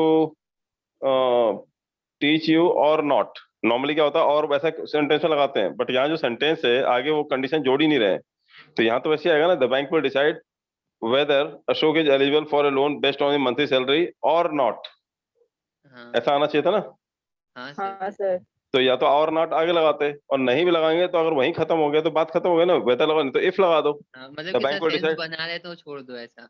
हाँ बोलते ही हैं सब लोग, हाँ the bank will decide if Ashok is eligible for a loan based on monthly salary और नॉट, वहां भी वही इफ लगाओ चाहे वेदर और नॉट, तो आगे जोड़ ही सकते हो, नहीं भी जोड़ो तो भी बात खत्म हो जाती है, समझ में आ जाता है। हाँ सर। भाई बैंक डिसाइड करेगी कि अशोक एलिजिबल है, मतलब सैलरी के बेस पे अशोक मतलब लोन लेने के लिए एलिजिबल है, अब मैं आगे बोलूंगी या नहीं। एक्सक्लेमेटरी। एक्चुअली क्या आना चाहिए, बैंक डिसाइड करेगी कि अशोक जो है अपने सैलरी के हिसाब, मंथली सैलरी के बेस पे लोन लेने के लिए एलिजिबल है क्या, या तो ऐसा बोलो या एलिजिबल है या नहीं, तो है या नहीं बोलने के लिए और नॉट लगाना पड़ेगा, लेकिन नहीं लगाओ तो भी बात चल जाती है ना। तो यहाँ पे अनलेस तो नहीं आएगा, कंडीशन क्या आएगा, इफ आएगा, समझ में आया कि नहीं आया, यहाँ पे अनलेस नहीं आएगा, यहाँ पे क्या आएगा, इफ आएगा, और या फिर लगा सकते हो वेदर, WHETHER वाला। वेदर का मतलब यदि होता है, इफ का मतलब भी यदि होता है, Yes. समझा आपको। यस हाँ सर। नेक्स्ट बताएं क्या आएगा। फर्स्ट में ही गलत। First Supposing Suppose if, suppose होगा। supposing if it rains, what shall we do? Sir supposing Suppose वाले if- के साथ आए। Suppose if it Suppose. rains, अलग अलग। what shall we do? First वाला। Suppose if आएगा, Suppose if it rains, what shall we do? दोनों conditional लगाए ना, दो ये कंडीशनल सेंटेंस। मैं कह रहा हूँ ये सपोज आएगा ही नहीं, हाँ सर। सपोज आएगा ही नहीं, सपोज आएगा ही नहीं, या फिर अगर सपोज लगा तो इफ नहीं आएगा, दोनों में से कोई एक ही आएगा, दोनों मतलब सुपरफ्लुअस यदि होता है। सपोज नहीं आएगा ना। नहीं, अगर इफ लगाए तो सपोज नहीं आएगा, सपोज लगाए तो इफ नहीं आएगा, मतलब या तो आप बोलो suppose it rains what shall we do, या बोलो if it rains what shall we do. Suppose if क्या होता है, सपोज इफ का मतलब होता है मान लो यदि, और हिंदी में भी ऐसे ही बोलते हैं, मान लो यदि x बराबर 5 है तो y बराबर 7 है, सारे टीचर ऐसे पढ़ाते हैं आज की डेट में, पढ़ाते हैं नहीं पढ़ाते हैं। Yes sir. मान लो यदि, जबकि बोलना क्या चाहिए, मान लो x बराबर 5 है तो y बराबर 7 होगा, या बोलो यदि x बराबर 5 है तो y बराबर 7 होगा। तो मान लो यदि में से कोई एक ही बात बोलना चाहिए ना, लेकिन हम बोलचाल में क्या बोल देते हैं, मान लो यदि वो नहीं आया तो क्या करोगे, बोलते नहीं बोलते ऐसा। हाँ सर। मान लो यदि आज क्लास कैंसिल होती तो आप क्या करते, तो आपको लगता है सर हम आज घूमने जाते हैं, कुछ आप आंसर दोगे, ये नहीं बोलो सर आपको क्वेश्चन, आपने जो सेंटेंस है वो गलत बोला है आपने, क्योंकि आदत हो गई आपको सुनने की वो चीज, बट आप खुद सोच के देखो, मान लो का मतलब क्या होता है, यदि। तो मान लो आज क्लास कैंसिल होती तो क्या करते, या बोलना चाहिए मुझे यदि आज क्लास कैंसिल होती तो क्या करते, लेकिन मैं क्या बोल रहा हूँ, मान लो यदि। तो सपोज इफ नहीं आएगा, या तो सपोज लगाओ या खाली इफ लगाओ, कोई एक ही आएगा वहां पे। समझा कि नहीं समझा आपको? ये दोनों सुपरफ्लो से रहेगी, दोनों मतलब एक ही होता है। सपोज का मतलब भी होता है यदि, इफ का मतलब भी होता है यदि। समझा आपको? हाँ सर। कोई डाउट किसी को? No sir. No sir. Okay. Moving further. Notwithstanding his frequent indiscipline. आवाज आ रही है आप लोगों को? Yes sir. हाँ sir. Okay.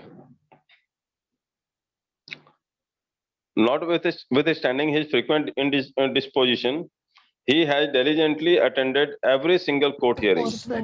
Second.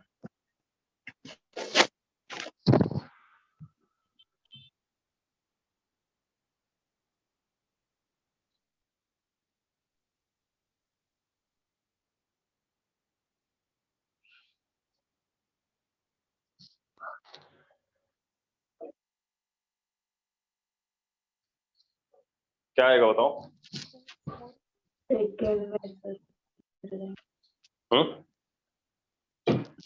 Indisposition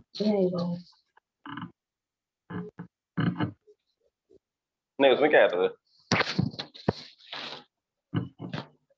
sir ये नहीं समझ रहा है।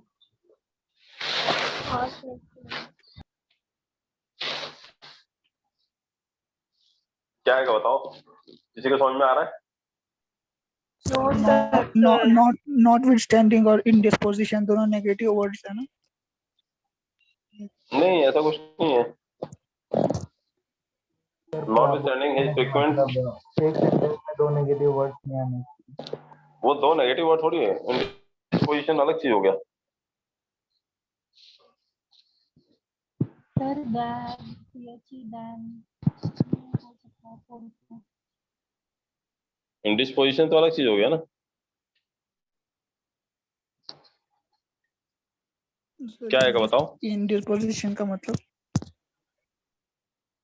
बताओ, किसी को पता है?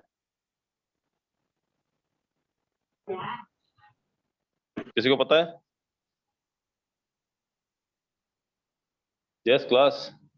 No sir. समझ में नहीं आ रहा है। क्या समझ में नहीं आ रहा है?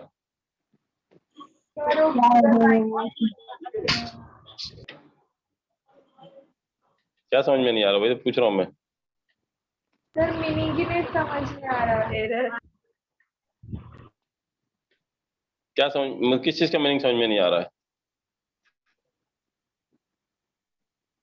Indisposition का मतलब ही नहीं समझना। लेकिन एग्जाम में तो ऐसे वर्ड्स आएंगे जहाँ पे हो सकता है एक आध वर्ड का मीनिंग नहीं समझ में आया आपको। क्या करोगे? छोड़ दोगे? उसको एरर समझ लेगा। एरर समझो? नहीं, ऐसा नहीं समझ सकते ना, ऐसा नहीं समझ सकते हो। Sir not well. Notwithstanding his frequent disposition आ सकता है। Notwithstanding his frequent disposition। हाँ, डिस्पोजिशन क्या देखो, हिज इनडिस्पोजिशन का मतलब जो होता है ना एक्चुअली, क्या बोल सकते हो आप यहाँ पे कि जैसे इच्छा ना होना कोई चीज के लिए, इच्छा ना होना, उसको डिस्पोजिशन बोलते हैं। हाँ मतलब क्या बोल सकते हो, मतलब आप बोल सकते हो जैसे जैसे कुछ चीज कहने का मन मार के जो करते हैं ना, वो कहलाता है रिलक्टेंस होता है, जहाँ पे आपको इच्छा ना होता, अनविलिंगली। एक्चुअल अगर हिंदी वर्ड बोलो, मतलब हिंदी वर्ड तो नहीं है, इंग्लिश वर्ड ही है, लेकिन अनविलिंगली समझ में आ रहा है ना, मतलब जिस जहाँ आपकी इच्छा नहीं है, जहाँ आपकी इच्छा नहीं है। समझा कि नहीं समझा आपको? Yes sir. मतलब अनबिलीवली। क्या बोल रहे हो? अनविलिंगली।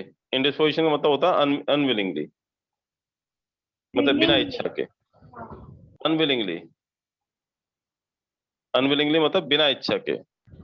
और नॉट विथ स्टैंडिंग का मतलब क्या होता है? उसको रोक के। Notwithstanding मतलब उस मन को मार मार के। नहीं, कुछ भी। नॉट विथ स्टैंडिंग मतलब उसके बावजूद, होने के बावजूद, in spite of something, Okay. In spite of his frequent indisposition. In spite of होता है, नॉट विथ एनी मतलब क्या होता है, उसके होने के बावजूद भी, फ्रीक्वेंट इंडिस्पोजिशन होने के बावजूद भी ही has diligently attended every single court hearing. मतलब इच्छा नहीं थी उसकी जाने की वहां पे, फिर भी उसने सारे कोर्ट की जो हियरिंग है, मतलब जो बुलावा था कोर्ट में, जो बुलाते हैं ना समन दे करके, कोर्ट की सुनवाई जो होती है, सारे कोर्ट की सुनवाई उसने अटेंड किया। कोई डाउट इसमें? No error. नो एरर आएगा फिर। Notwithstanding his frequent indisposition, he has diligently attended every single court hearing. No error है। कोई डाउट है कि किसमें आपको? No sir. ओके, नेक्स्ट देखें 18 का। कंजंक्शन के लिए क्या? सर थर्ड वाला। हाँ नहीं, कंजंक्शन के हिसाब से कोई एरर नहीं है ना। नॉट विथ स्टैंडिंग जो है ना, वो कंजंक्शन ही है। इसका मतलब होता है इन स्पाइट ऑफ, मतलब इसके बावजूद, होने के बावजूद, in spite of something, in spite of his frequent indisposition. इसका मतलब होता है in spite of, notwithstanding का जो मतलब होता है ना, ये होता है in spite of, in spite of, in spite of something, मतलब कुछ होने के बावजूद। समझा आपको? मतलब in spite of his frequent indisposition he has diligently attended every single court hearing. हर सिंगल कोर्ट हियरिंग सुनाई, मतलब गया है वो, अटेंड किया उसने। समझ में आया आपको? Okay. There have been marked changes but social rather than economic. Fourth में Dan economic. Dan economic. हाँ सर। क्या? फोर्थ में Dan आएगा। तो जो देन इकोनॉमिक है ना उधर ही रॉन्ग है। ये किसके घर Dan से, आएगा। ये किसके घर से बर्तन की आवाज आ रही है? सब भाई आवाज बंद करो ना बर्तन की, बर्तन बाद में धो लेना क्लास के बाद। चलो, क्या बोल रहे थे आप? देयर हैव rather than आएगा। rather than THAN. There have been marked changes but social rather than economic. तो THEN नहीं होता है, ये तो आपको पता है क्या होता है? rather के बाद जो then आता है THAN नहीं होता, THEN नहीं होता है, क्या होता है? THAN होता है, rather than होता है। क्लियर है? कोई डाउट इसमें? No sir. EN और AN वाले देन में फर्क क्या होता है? देखो, कंजंक्शन में कभी भी बात करोगे तो THAN की बात करना नॉर्मली, ठीक है? वैसे THEN का मतलब होता है तब, ठीक है? और THN जो होता है यूज होता है कंपैरिजन के लिए। बट कंजंक्शन में कंपैरिजन के लिए यूज नहीं होता है, और THAN ही लगाता है जहां पे हमको तब बोलना होता है। ये आपको ध्यान रखना पड़ेगा, इससे गड़बड़ होता जाता है लोगों। समझे आपको? सर वो सोशल राइट है, क्या बोल रहे हो? बट सोशल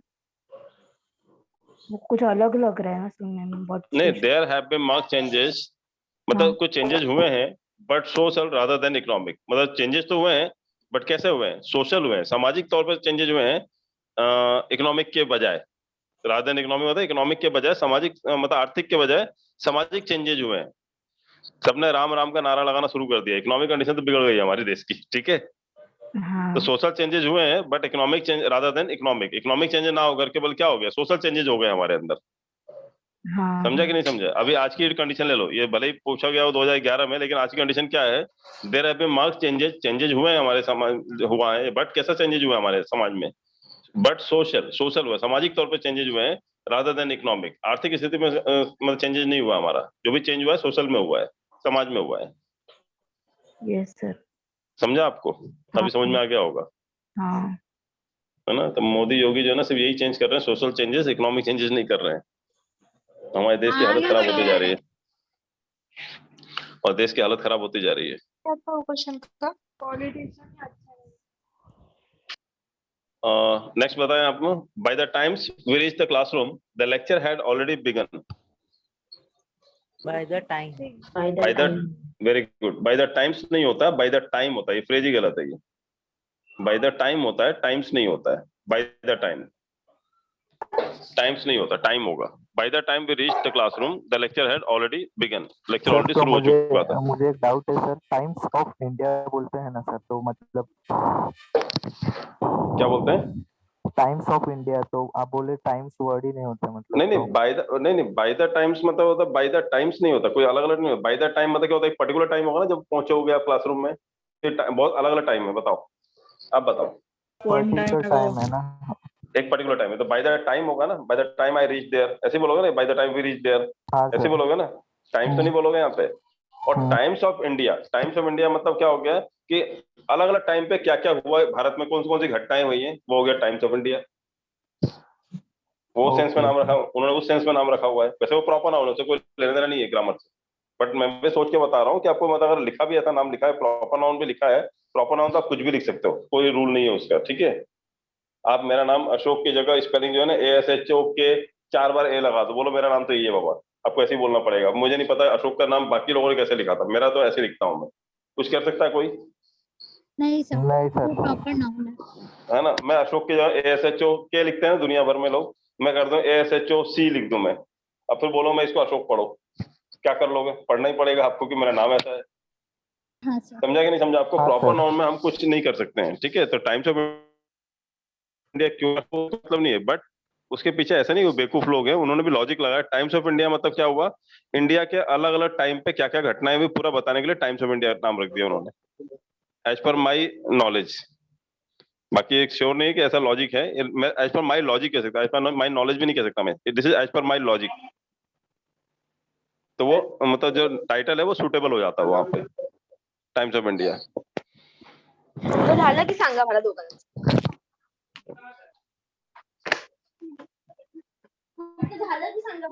तो ऐसा नहीं बोल रहा, यहाँ पे बाय द टाइम आएगा, बाय द के साथ टाइम्स नहीं होता है, बट ऐसा नहीं बोल रहा टाइम्स होता ही नहीं है, ऐसा नहीं बोला मैंने। जरा तुम्हाला गप्प बसा. सर समझा सर। ग्रीष्मा बेटा आपकी आवाज बंद करो थोड़ी, म्यूट एक करो। दिवस संध्याकाळचा तास असतो फक्त. गुस्सा बहुत आ रहा है आप लोगों को, बड़ा ज्यादा कर दी मैंने। चलो ये ठीक है, देखो टाइम्स बता रहा हूँ मैं आपको, टाइम्स आता है, ऐसा नहीं बोलो टाइम्स नहीं आता है। जैसे बोलो ना से अगर हम बोलो कि say we have to neglect small errors at times, वहाँ पे टाइम्स आएगा, एट टाइम आएगा, टाइम आएगा सर, टाइम्स आएगा वहाँ पे, टाइम्स आएगा। फिर से क्वेश्चन बोलो, रिपीट करो ना सर प्लीज। क्या बोला सर आपने? कैसे बोलो? एक मिनट पीछे से आप लोग बैकग्राउंड आवाज बंद करो ना, बहुत ज्यादा आवाज आ रही है, पढ़ाई नहीं पा रहा हूँ मैं ये बोल रहा हूँ कि ये होता है वर्ड, क्या बोल रहे हैं ऐसा, एट टाइम्स। हाँ, चारी बोललीस तू. बाबा घर की बातें बाहर में सुनाओ। तुझ्या जवळ ठेव. करिश्मा मैडम प्लीज म्यूट करो ना आप। साथ में ट्यूशन तुला काय येतं तुला देता? उन्हें सुनाई नहीं दे रहा है, इसलिए वो म्यूट नहीं कर रहे हैं। म्यूट कर दो ना उन्हें. मुझे म्यूट करने के लिए ना इसको होस्ट बनाना पड़ेगा, एक मिनट मुझे होस्ट बनाना पड़ेगा फिर सर इसको। जो होस्ट है वो म्यूट कर सकते हैं।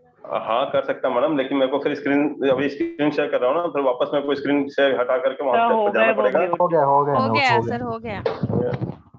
उनको सुनाई देगी लगता है हमारी बातें। चलो ठीक है, एनीवे देखो एट टाइम्स होता है, मैं ये नहीं बोल रहा हूँ टाइम्स नहीं होता है, एट टाइम्स होता है। जैसे कैसे बोलूं मैं, see we have to neglect small thing in relations at times.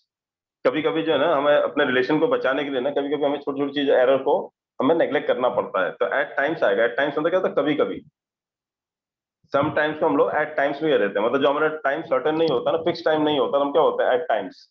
At times we have to neglect small things, कभी कभी हमें छोटी मोटी चीज जो है ना नेग्लेक्ट करनी पड़ती है एट टाइम्स। वहां पे एट टाइम नहीं होता है, एट टाइम्स होता है फिर वहां पे, क्योंकि अनसर्टेन है वहां पे। अच्छा समझा कि नहीं समझा आपको? तो टाइम्स होता है, मैं नहीं बोला टाइम्स नहीं होता है, मैंने बोला यहाँ पे बाय द टाइम्स कभी नहीं होता वर्ड, बाय द टाइम्स नहीं होता, वो फ्रेज है पूरा पूरा, वो बाय द टाइम ही होता है, बाय द टाइम्स होता ही नहीं है वर्ड। हाँ एट टाइम्स होता है, मैं कहाँ मना कर रहा हूँ, एट टाइम होता है, एट टाइम नहीं होता बल्कि एट टाइम्स होता है बल्कि हमेशा। यहाँ पे एट टाइम कभी नहीं होगा, एट टाइम्स ही होगा हमेशा, और यहाँ बाय द टाइम्स नहीं होगा कभी भी, हमेशा बाय द टाइम ही होगा, ऐसा नहीं आएगा यहाँ पे। समझा कि नहीं समझा आपको? हाँ सर अभी समझा, थैंक यू। समझा ना? Okay sir at time, sometimes, by the time सब एक ही मीनिंग का ये है ना? हाँ नहीं, बाय द टाइम का मतलब होता है जब तक, bye the time he is coming let's play game, bye the time he is coming मतलब क्या हो, जब तक वो आ रहा है ना, तब तक हम चलो गेम खेल लेते हैं, पिक्चर देख लेते हैं, मूवी देख लेते हैं, बाय द टाइम वो हो गया, मतलब उस समय sometimes तक and at times वो एट same। टाइम्स, हाँ वो सेम रहेगा, समटाइम्स या एट टाइम्स, वो एक ही मतलब है उसका। समटाइम्स मतलब कभी कभार, एट टाइम्स मतलब होता है कभी कभार, एक ही मतलब है दोनों का। Yes, समझा आपको? yes sir। ओके। सर तो नीदर sometimes फर्स्ट में गलती है। सर क्या बोल रहे हो बेटा? हाँ बोलो बोलो। सर मैंने बोला कि समटाइम्स टाइम्स आएगा ना, क्या नहीं आएगा टाइम्स? देखो नॉर्मली हम लोग सम टाइम कहते हैं, समटाइम्स नहीं, समटाइम भी होता है, समटाइम्स भी होता है, दोनों होता है, ओके ओके सर। है ना? Sometime we have to understand, sometime आएगा वहाँ पे, समटाइम्स नहीं आएगा वहाँ पे, ठीक है? लेकिन अगर कोई अनसर्टेन बात करनी हो तो हम लोग समटाइम्स भी कह देते हैं हम लोग, ओके सर। ठीक है? वो एट टाइम्स होता है वो नॉर्मली। चलो अगला देखें आप, नीदर एलिस और Mary, nor Mary, nor Mary आना चाहिए। नॉर आएगा सर। तो यहाँ तो आगे पढ़ने की जरूरत नहीं कि नीदर के बाद क्या आता है, नीदर के बाद क्या आता है, नॉर आता है, और आता ही आता नहीं है है, सर। बात ही खत्म हो गई यहाँ पे। चलो moving further, India is a land of being great political leaders who rule the country effectively and also by protecting its national sir interests. And Also नहीं आएगा सर। दोनों साथ में आया है ना? India is a land of great political leaders who rule the country effectively and by protecting its national interests, also नहीं आएगा। India is a land of great political leaders who rule the country effectively and by protecting its तो bye national protecting and भी आ also सकता है sir ना। दोनों भी बाद में दोनों भी कंजक्शन है। अरे India is a land of great political leaders, ठीक है, who rule the country effectively by protecting its national interest। वहाँ पे एंड और ऑल्सो दोनों की ज्योति क्या है? हाँ सर वही बोला। तो एक को क्यों हटा रहे हो? तो ना एंड चाहिए ना ऑल्सो चाहिए, कुछ भी चाहिए ही नहीं हमको वहाँ पे ना, डायरेक्टली जोड़ो ना। India is a land of great political leaders के देश है हमारा, who rule the country effectively, जिन्होंने हमारे देश को इफेक्टिवली रूल किया है by protecting its national interest। मतलब हमारा जो नेशनल इंटरेस्ट, मतलब राष्ट्रीय जो मतलब क्या बोलते हैं नेशनल इंटरेस्ट को हिंदी में क्या बोलते हैं? राष्ट्रीय नेशनल इंटरेस्ट को क्या बोलते हैं? राष्ट्रीय नहीं राष्ट्रीय हित, हित बोलते हैं, ऐसा वर्ड यूज करते हैं ना, हित, राष्ट्रीय हित को बरकरार रखते हुए।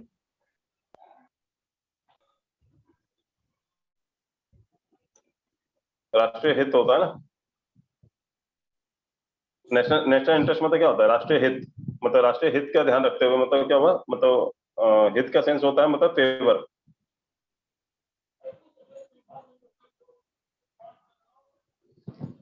नेशनल इंटरेस्ट मतलब क्या होता है? नेशनल फेवर का ध्यान में रखते हुए। समझा आपको? Yes sir. तो India is a land of great political leaders who rule the country effectively by protecting its national interest. तो यहाँ पे ये थर्ड में एरर, फोर्थ में एरर है, एंड और आल्सो की जरूरत ही नहीं। नेक्स्ट बताएं 22, the assurances unfortunately remain on paper as neither the center or the state third में आएगा सर नॉर। तो नीदर के बाद क्या आएगा? यहाँ पे नीदर लगा तो नीदर के बाद क्या आएगा? नॉर आएगा, और नहीं आएगा। समझा आपको? नॉर आएगा और नहीं आएगा। चलो ठीक है। Next 23rd, a member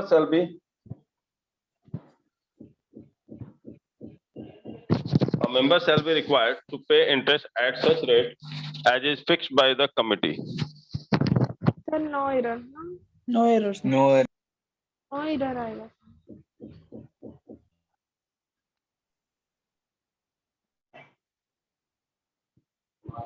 A member shall be required to pay interest at such rate,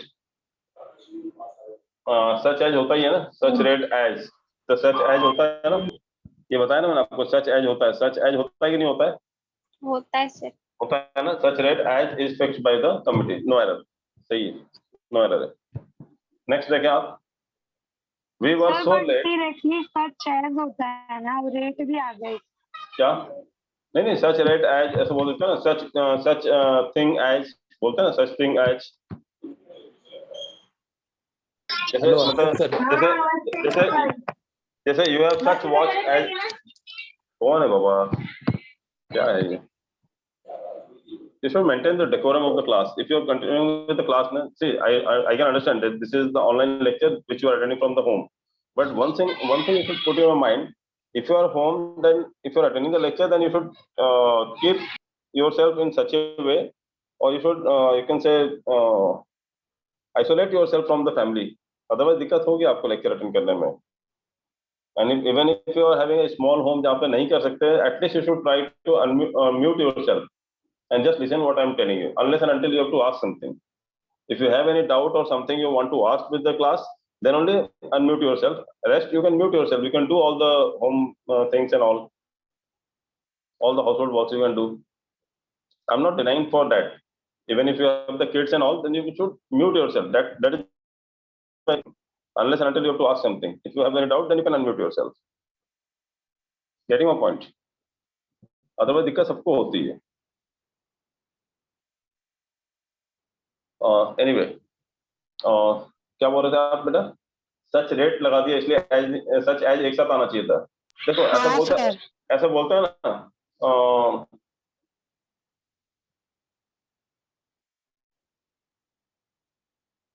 जैसे if you think of such time as it was in 1980s. अब यहाँ पर such time लगाया कि नहीं लगाया मैंने? और सेंटेंस गलत है क्या? If you think of such time as it was in 1980s, it was an awesome time. अभी समझ गया. बोल सकते हैं ना? अब समझा आपको? हाँ सर. तो ऐसा कुछ नहीं है कि सच एज लगातार ही आना चाहिए, बीच में लगा. मतलब you have such watch as mine. आपको ऐसी घड़ी है जैसे कि मेरी, तो such watch as mine लगा सकते हो आप, कोई गलत नहीं है उसमें. ठीक है. सच के बाद आप वहां पे नाउन लगा सकते हो. कोई रेट भी नाउन है, टाइम भी नाउन है, वॉच भी नाउन है, तो नाउन लगा सकते हो सच के बाद बीच में. Okay sir. है ना? चलो नेक्स्ट देखते हैं हम. We were so late, then the meeting was almost over when we arrived. That Fourth में. हाँ, then नहीं आएगा, क्या आएगा?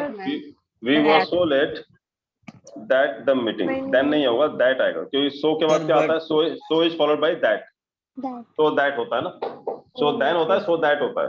So that होता है. We were so late. Then we were so late that the meeting was almost over when we arrived. हम पहुंचे, मीटिंग लगभग खत्म हो चुकी थी. We were so late. Sir एक डाउट है. रिपीट कीजिए ना, वॉइस ब्रेक हो रही थी सर. वाइल आ सकता है ना when की जगह, क्योंकि दो काम एक साथ हो रहे हैं ना. कहाँ पे? हाँ सर, मैं भी यही बोल रही थी. We were so late that the meeting was almost over when we arrived. नहीं, मीटिंग ओवर हो चुका था जब आप अराइव हुए. तो एक साथ नहीं हुआ था, अलग अलग हुआ. मीटिंग ओवर हुआ, उसके बाद आप आए. ऑलमोस्ट ओवर है ना? तो ऑलमोस्ट ओवर मतलब खत्म ही हो गया ना. ऑलमोस्ट मतलब नेग्लिजिबल है ना. ऑलमोस्ट तो ना के बराबर ही है ना. मतलब आपका मीटिंग ओवर हो चुका था व्हेन वी अराइव्ड. मतलब आपका एक काम खत्म हो गया तब आप अराइव हुए ना. तो व्हेन ही आएगा, व्हाइल थोड़ी आएगा. सर वाइल का यूज करके एक सेंटेंस बताइए ना अभी. व्हाइल का सिंपल सा सेंटेंस है, जैसे while I am teaching some people are talking to their parents, some people are playing with their children. ये while ही हुआ ना, ये तो when थोड़ी हुआ. एक साथ ही कर रहे हैं ना. I am teaching and others are playing with their children. So while I am teaching, the students are playing with their children. समझा आपको while का मतलब? अभी सबसे अच्छा क्लियर हुआ होगा. एक साथ चल रहा है, समझ में आया ना? और when कब होता है कि after the classes, मतलब they were playing with the children when I ended the class. तब मेरा क्लास एंड होने के बाद खेल रहे हैं तो फिर व्हेन, और साथ साथ में खेल रहे हैं तो व्हाइल. समझा आपको? Yes sir. चलो ये समझ में आ गया? कोई डाउट इसमें? No sir. No sir. Okay, अगला क्वेश्चन देखें आप. अच्छा मुझे पहले ये बताओ, आपके जो एरर, मैंने काफी चैप्टर पढ़ा भी दिए एरर के. नाउन का पढ़ाया, प्रोनाउन का पढ़ाया, देन हमने कुछ और भी पढ़ा था ना. एक अभी कंजंक्शन पढ़ रहे हैं, सब्जेक्ट एग्रीमेंट पढ़ा हमने. इतने सारे अभी मतलब हमने क्वेश्चंस वगैरह सॉल्व कर लिया. अभी थोड़ा कॉन्फिडेंस लेवल बढ़ा आपका एरर ढूंढने का? हाँ sir. Yes sir. Yes sir. Yes sir. आपने पहले ये बताओ मुझे, अगर मैं 50 या 20 30 कराने के बाद जो छोड़ देता हूँ, तो रिमेनिंग 50 या 70 जो बचते हैं वो आप लोग सॉल्व करते हो या बस मेरे साथ छोड़ दिया आपने भी? करते हैं सर. तो डाउट तो आता ही नहीं आप लोगों का. ये प्रूफ करता है अपने आप में कि आप लोग छोड़ देते हो. अभी तो पढ़ाने में बहुत डाउट आता है. 30 क्वेश्चन में आपके 50 डाउट्स आते हैं और 70 क्वेश्चन में एक भी डाउट नहीं आता. कैसे मान लूं मैं, बताओ? What is the logic? Reasoning वाले सर से पूछे होता ना लॉजिक क्या दे सर इसके आगे। रोहित सर अच्छा पढ़ाते हैं ना, उनसे पूछ के बताना क्या लॉजिक है सर इसके पीछे। कि 70 क्वेश्चन में एक भी डाउट नहीं आते हमारे, और जब सर 30 क्वेश्चन पढ़ाते हैं ना उसमें हमको 70 डाउट्स आते हैं। लॉजिक क्या है इसके पीछे, समझा आपको? तो टीचर को बेवकूफ मत समझो, सब उसको सब समझ में आता है, बस वो बोल नहीं पाता है ना। कई बार हम लोग चुपचाप रह जाते हैं, बट हमको समझ में आता है कि no one is asking the doubt, that means they are not solving the questions. आपसे मैथ्स और रीजनिंग सॉल्व करोगे ना, तो मैथ्स और रीजनिंग में नो डाउट आपका बहुत अच्छा मार्क्स आएंगे, but you know if you don't score in English then your selection will be decided by the English only. आप जिस सब्जेक्ट को नेग्लेक्ट करोगे ना एग्जाम में, वही सब्जेक्ट आपको नेग्लेक्ट करेगा। क्या हुआ? चलो एनीवे समझ में आया आपको? तो इंग्लिश को भी आप उतना ही टाइम दो। And have you start reading the paper and all? Paper magazines वगैरह पढ़ना शुरू किया आप लोगों ने? हाँ सर। Yes sir. पढ़ना शुरू किया है? हाँ sir. Yes sir. Economic times, yes sir.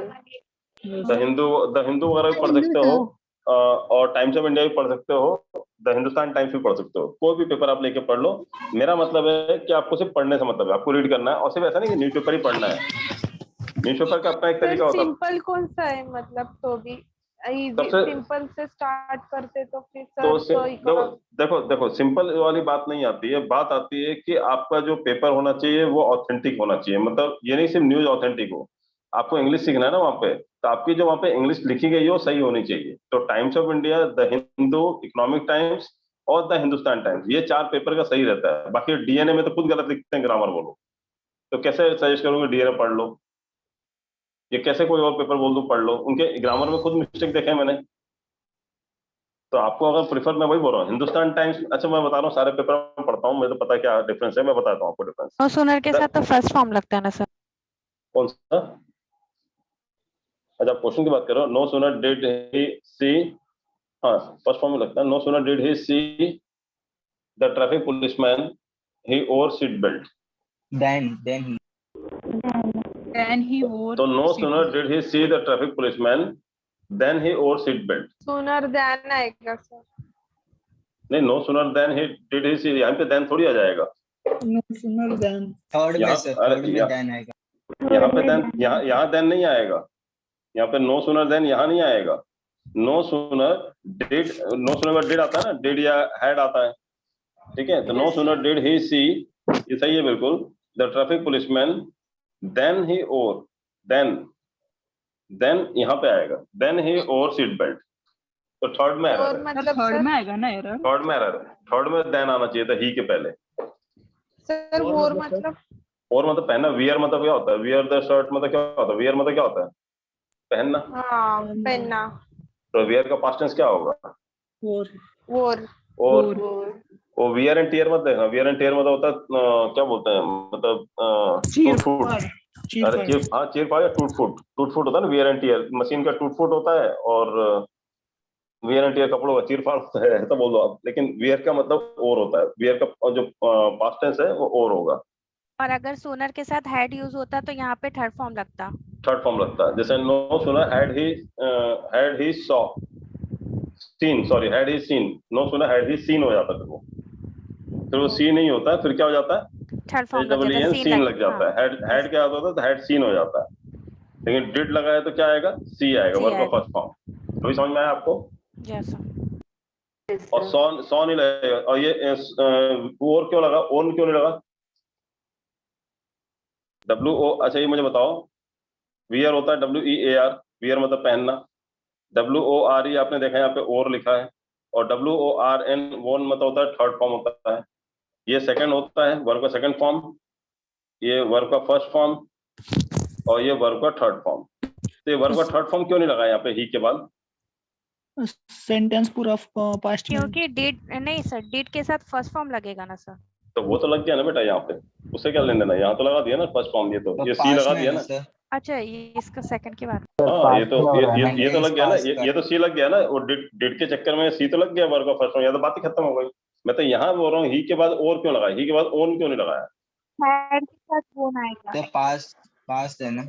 तो अरे तो ओन भी तो पास्ट है, वोर भी पास्ट है, दोनों पास्ट पार्टिसिपल होते हैं। एक पास्ट होता है, एक पास्ट पार्टिसिपल होता है। एक्चुअली हैड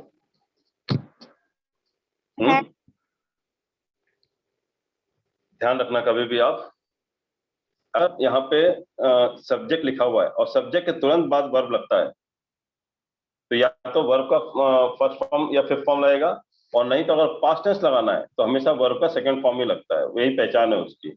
अगर बीच में कुछ हेल्पिंग वर्ब आएगा तो फिर वर्ब का थर्ड फॉर्म कहलाएगा वो। जैसे मैं बोलूँ कि ही कॉल्ड, अब ही कॉल्ड, चलो आपको एक चीज समझाता हूँ, समझ में आ जाएगा। सॉरी, ही कॉल्ड, ठीक है, और एक मैं बोल रहा हूँ ही हैड कॉल्ड। कैसे मालूम पड़ेगा कौन सा कॉल्ड है, क्योंकि दोनों में तो कॉल्ड ही लिखा है मैंने, कैसे मालूम? अच्छा ये कॉल्ड कौन सा है, वर्ब का कौन सा फॉर्म है, और ये वाला कॉल्ड कौन सा वर्ब का फर्स्ट फॉर्म?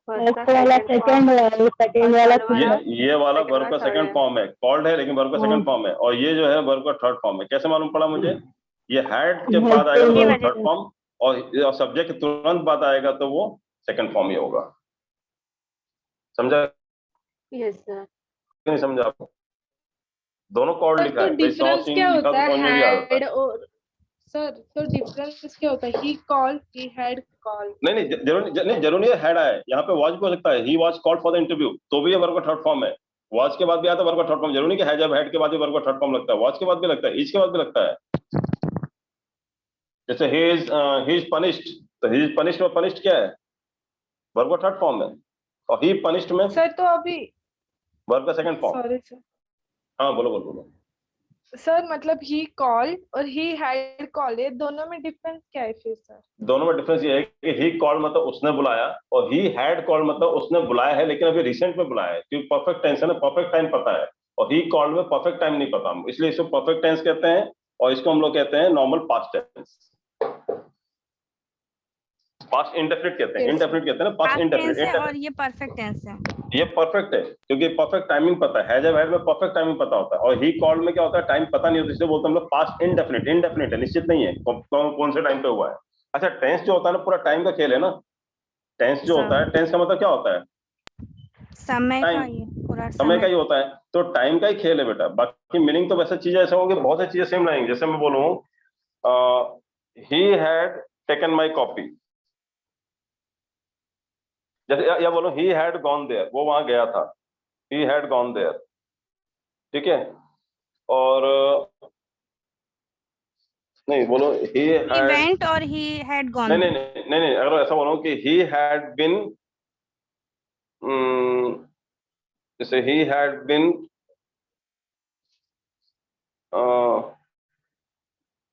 जैसे ही had bin remove from the post, he had been removed from the post, इसका मतलब क्या हुआ? इसे पोस्ट से निकाल दिया।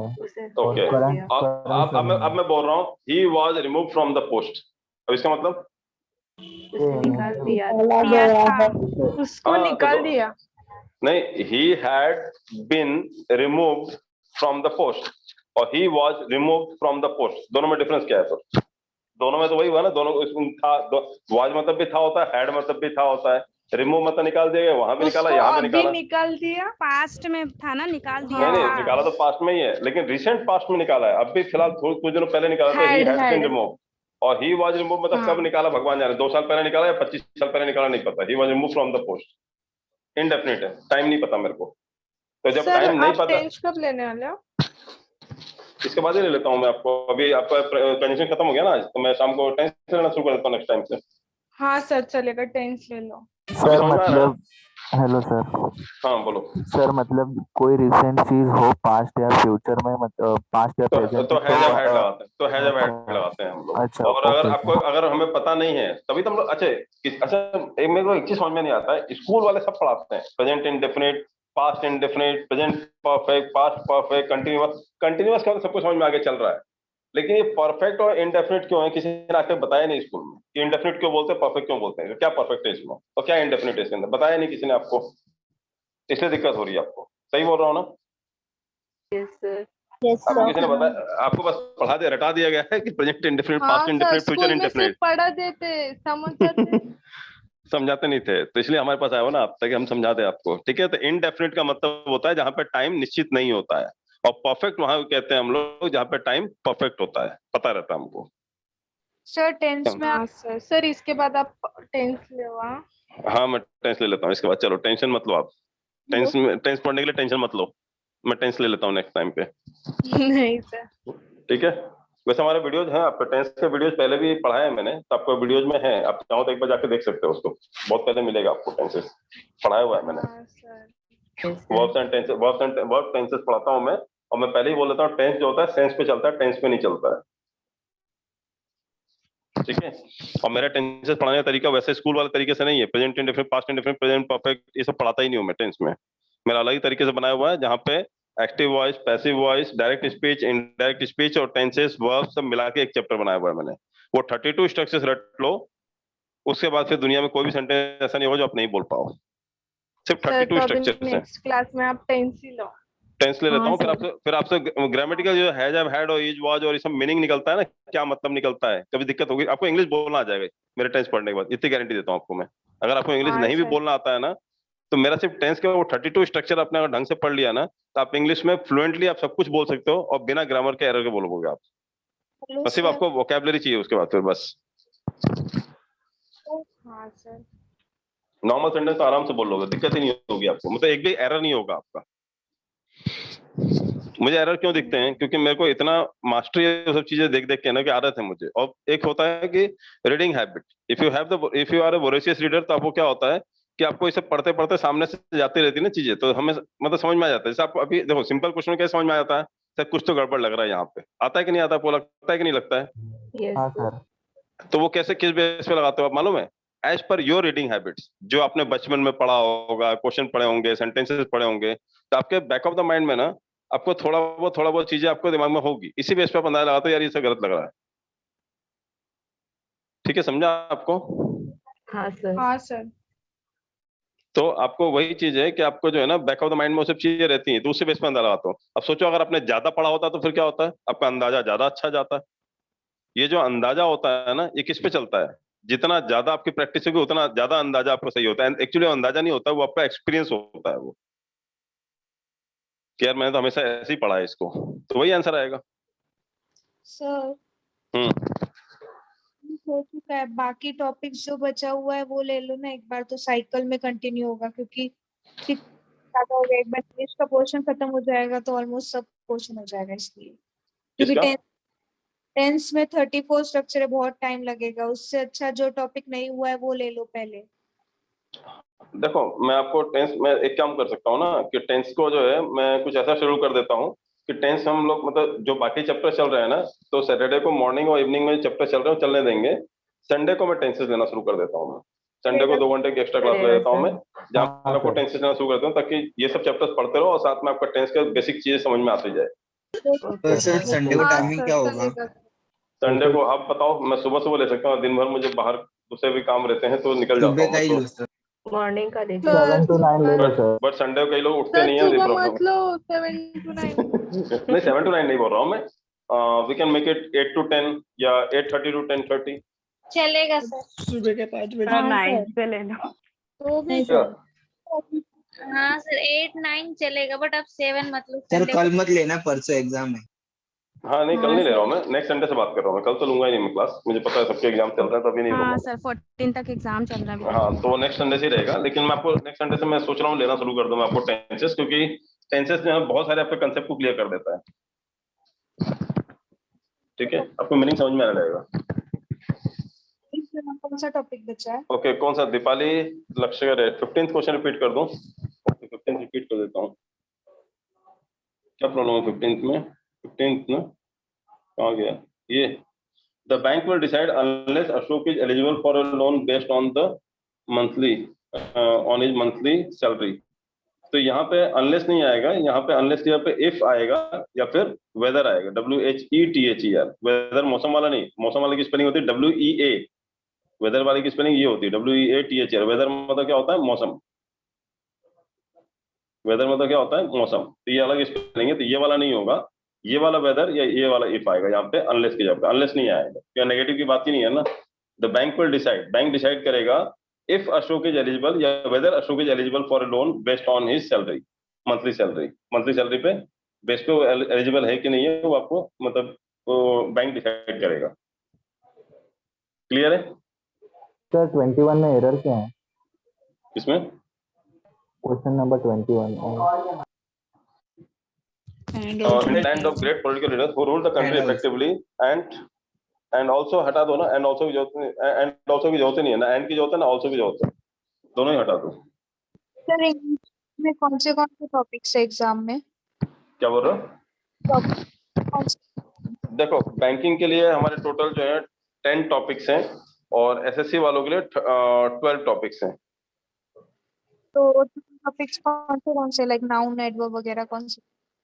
सर वो एक्स्ट्रा है, नाउन है, नहीं बता देता हूँ आपको, आर्टिकल है, नाउन है, एडजेक्टिव है, वर्ब है, एडवर्ब है, प्रीपोजिशन है, कंजंक्शन है, सब्जेक्ट वर्ब एग्रीमेंट है, सुपरफ्लुअस स्लैंग है और टाइम एंड टेंसेस है। ये हो गए आपके 10 टॉपिक बैंकिंग वालों के लिए। और एसएससी वालों को जो अलग जाता है वो जाता है एक्टिव पैसिव वॉइस और डायरेक्ट इनडायरेक्ट स्पीच, वो उनको डायरेक्ट आता है। आप लोग पढ़ लो, काम आता है, ऐसा कोई नुकसान नहीं है, क्योंकि आपके स्ट्रक्चर में तो इंग्लिश तो सब जगह काम आती है, ठीक है, तो आपको पढ़ना तो पड़ेगा ही सबको चीजें। बाकी उन लोग डायरेक्ट स्पीच लेना ना अभी। सब में एक साथ कैसे ले लूं, आप ही बता दो, सब एक साथ कैसे ले लो।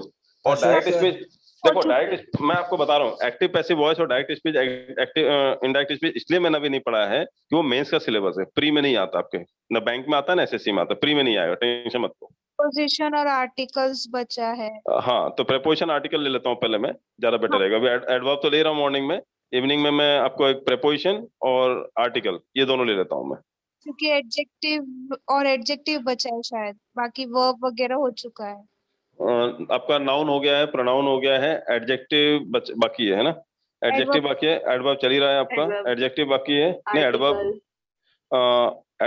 क्या क्या बाकी है, एडजेक्टिव बाकी है, आर्टिकल बाकी है, देन प्रीपोजिशन, कंजंक्शन हो गया है, प्रीपोजिशन बाकी है, प्रीपोजिशन बाकी है, सब्जेक्ट बाय एग्रीमेंट हो गया है, सुपरफ्लुअस स्लैंग बाकी है, हाँ वो भी बाकी है, हाँ सुपरफ्लुअस स्लैंग बाकी है, एंड टाइम एंड टेंसेस हो चुका है। बस ये 4 ही टॉपिक बाकी हैं आप लोगों के पुराने वाले इसमें से। तो पहले ये 4 कंप्लीट कर देता हूँ, उसके बाद फिर मैं वो करूंगा एक्टिव पैसिव वॉइस और direct indirect speech. Yes sir. ये वो मेंस का सिलेबस है, प्री में नहीं आता, एक भी क्वेश्चन नहीं आता, और मेंस में सिर्फ एसएससी में आता है, बैंक में नहीं आता है। एसएससी में आप लोगों को 25 क्वेश्चन नरेशन के आएंगे, नरेशन मतलब डायरेक्ट स्पीच इनडायरेक्ट स्पीच का, और 25 क्वेश्चन जो है एक्टिव पैसिव वॉइस, मतलब 50 क्वेश्चन तो आपके यही आते हैं 200 में से, फिक्स है, हर साल आता है। टीयर 2 में आएगा, टीयर 1 में नहीं आएगा। सर ये 4 टॉपिक के बाद में सिलेबस कंप्लीट हो जाएगा तो फिर से साइकिल, हाँ फिर से साइकिल चलेगा, वो देखो जिसका नया है बैच उसको टेंशन लेने की जरूरत नहीं, क्योंकि आपको क्या फर्क पड़ रहा है, मैं कंजंक्शन पहले पढ़ा रहा हूँ या टेंस पहले पढ़ा रहा हूँ या नाउन पहले पढ़ा रहा हूँ, आपको कोई फर्क पड़ रहा है क्या? आप सिर्फ ये देखो कि मेरा 5-6 महीने के अंदर मेरा पूरा सिलेबस कंप्लीट हो रहा है कि नहीं हो रहा, वो इंपॉर्टेंट है। और बीच बीच में पेपर सॉल्व कराता रहता हूँ, तो आपको आइडिया लग के आता है करना कैसा है, चाहे रीअरेंजमेंट हो, चाहे पैसेज हो, चाहे सेंटेंस करेक्शन हो या क्लोज पैसेज हो, ये सब चीजें वो उसमें चलता रहता है साथ में, ठीक है। और सर वो 15 और एसएससी वालों को वोकैबुलरी का लिस्ट मिलेगा अभी आपको, जैसे इडियम फ्रेजेस, वो आपको सेंटेंस करेक्शन दिया था ना, इसी टाइप से आपको बाकी सब चीजों का भी लिस्ट मिलेगा, वोकैब्स वगैरह का, वो आपको पढ़ना है, उसका टेस्ट लिया जाएगा, इडियम फ्रेजेस और वोकैब्स का, antonyms synonyms and all that, क्योंकि वो आप लोगों को one word substitution and all, क्योंकि आप लोगों को अलग से आता है एसएससी वालों को, जो बैंकिंग वालों को नहीं आता है, ठीक है। Hello sir. हाँ बोलो। जैसे रीजनिंग के और मैथ में बताया कि कौन से क्वेश्चन को पहले हाथ लगाना चाहिए, कौन से क्वेश्चन को लास्ट में सॉल्व करना चाहिए, वैसे इंग्लिश में भी कुछ कल बताया था मैंने, आपने अटेंड किया क्या अपने क्लास? नहीं सर, वो आफ्टरनून में टाइम नहीं मिलता। हाँ कल मैंने बताया था क्लास में आपको कि पहले क्लोज पैसेज करना चाहिए, फिर रीअरेंजमेंट करना चाहिए, उसके बाद फिल इन द ब्लैंक्स या एरर ढूंढने वाला जो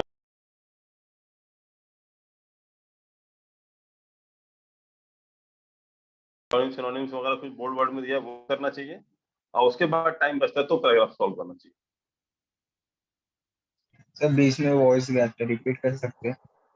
मतलब पहले क्लोज पैसेज मतलब जहाँ पे ब्लैंक वाला आता है ना पैराग्राफ, वो करना चाहिए, उसके बाद रीअरेंजमेंट, है वो करना चाहिए।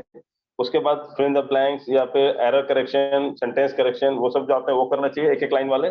और उसके बाद फिर जाना चाहिए पैराग्राफ पे। पैराग्राफ में भी आपको जो बोल्ड वर्ड दिए रहते हैं ना एंटोनिम सिनोनिम निकालने का, एक दो word as per the context of the passage, वो करना चाहिए। उसके बाद थ्योरेटिकल पार्ट पे जाना चाहिए, क्वेश्चन पढ़ पढ़ के आंसर जो भी ढूंढ लो जितने मिल जाए, ठीक है। और वो डिपेंड करता है आपकी स्पीड पे, कितनी स्पीड है उस हिसाब से होगा आपका। क्लियर है? Yes sir. चलो then let's call it a day. बाकी सब सॉल्व कर लोगे आप क्वेश्चंस? आप सॉल्व करके ले आना। अभी देखता हूँ इस बार आता है कि नहीं आता, डाउट वगैरह नहीं आया, नो डाउट मतलब नो स्टडीज। इंग्लिश का भी एक काम करता हूँ मैं, डाउट सेशन रखता हूँ, ठीक है। एक डाउट सेशन रखता हूँ, जितने चैप्टर पढ़ा दिए मैंने उसके क्वेश्चन सॉल्व कराने का, देखता हूँ कितना बनता है आप लोग। अब मैं कोई भी एट रैंडम चैप्टर उठा लूंगा और मैंने जो लास्ट के नहीं पढ़ाया ना, लास्ट के 20 25 30 क्वेश्चन 20 से पूछना शुरू कर दूंगा, इसका आंसर क्या आएगा, वही मालूम पड़ जाए कितना पढ़ते हो आप लोग। ठीक है then let's call it a day. Sir हाँ बोलो। ये पीडीएफ ग्रुप में भी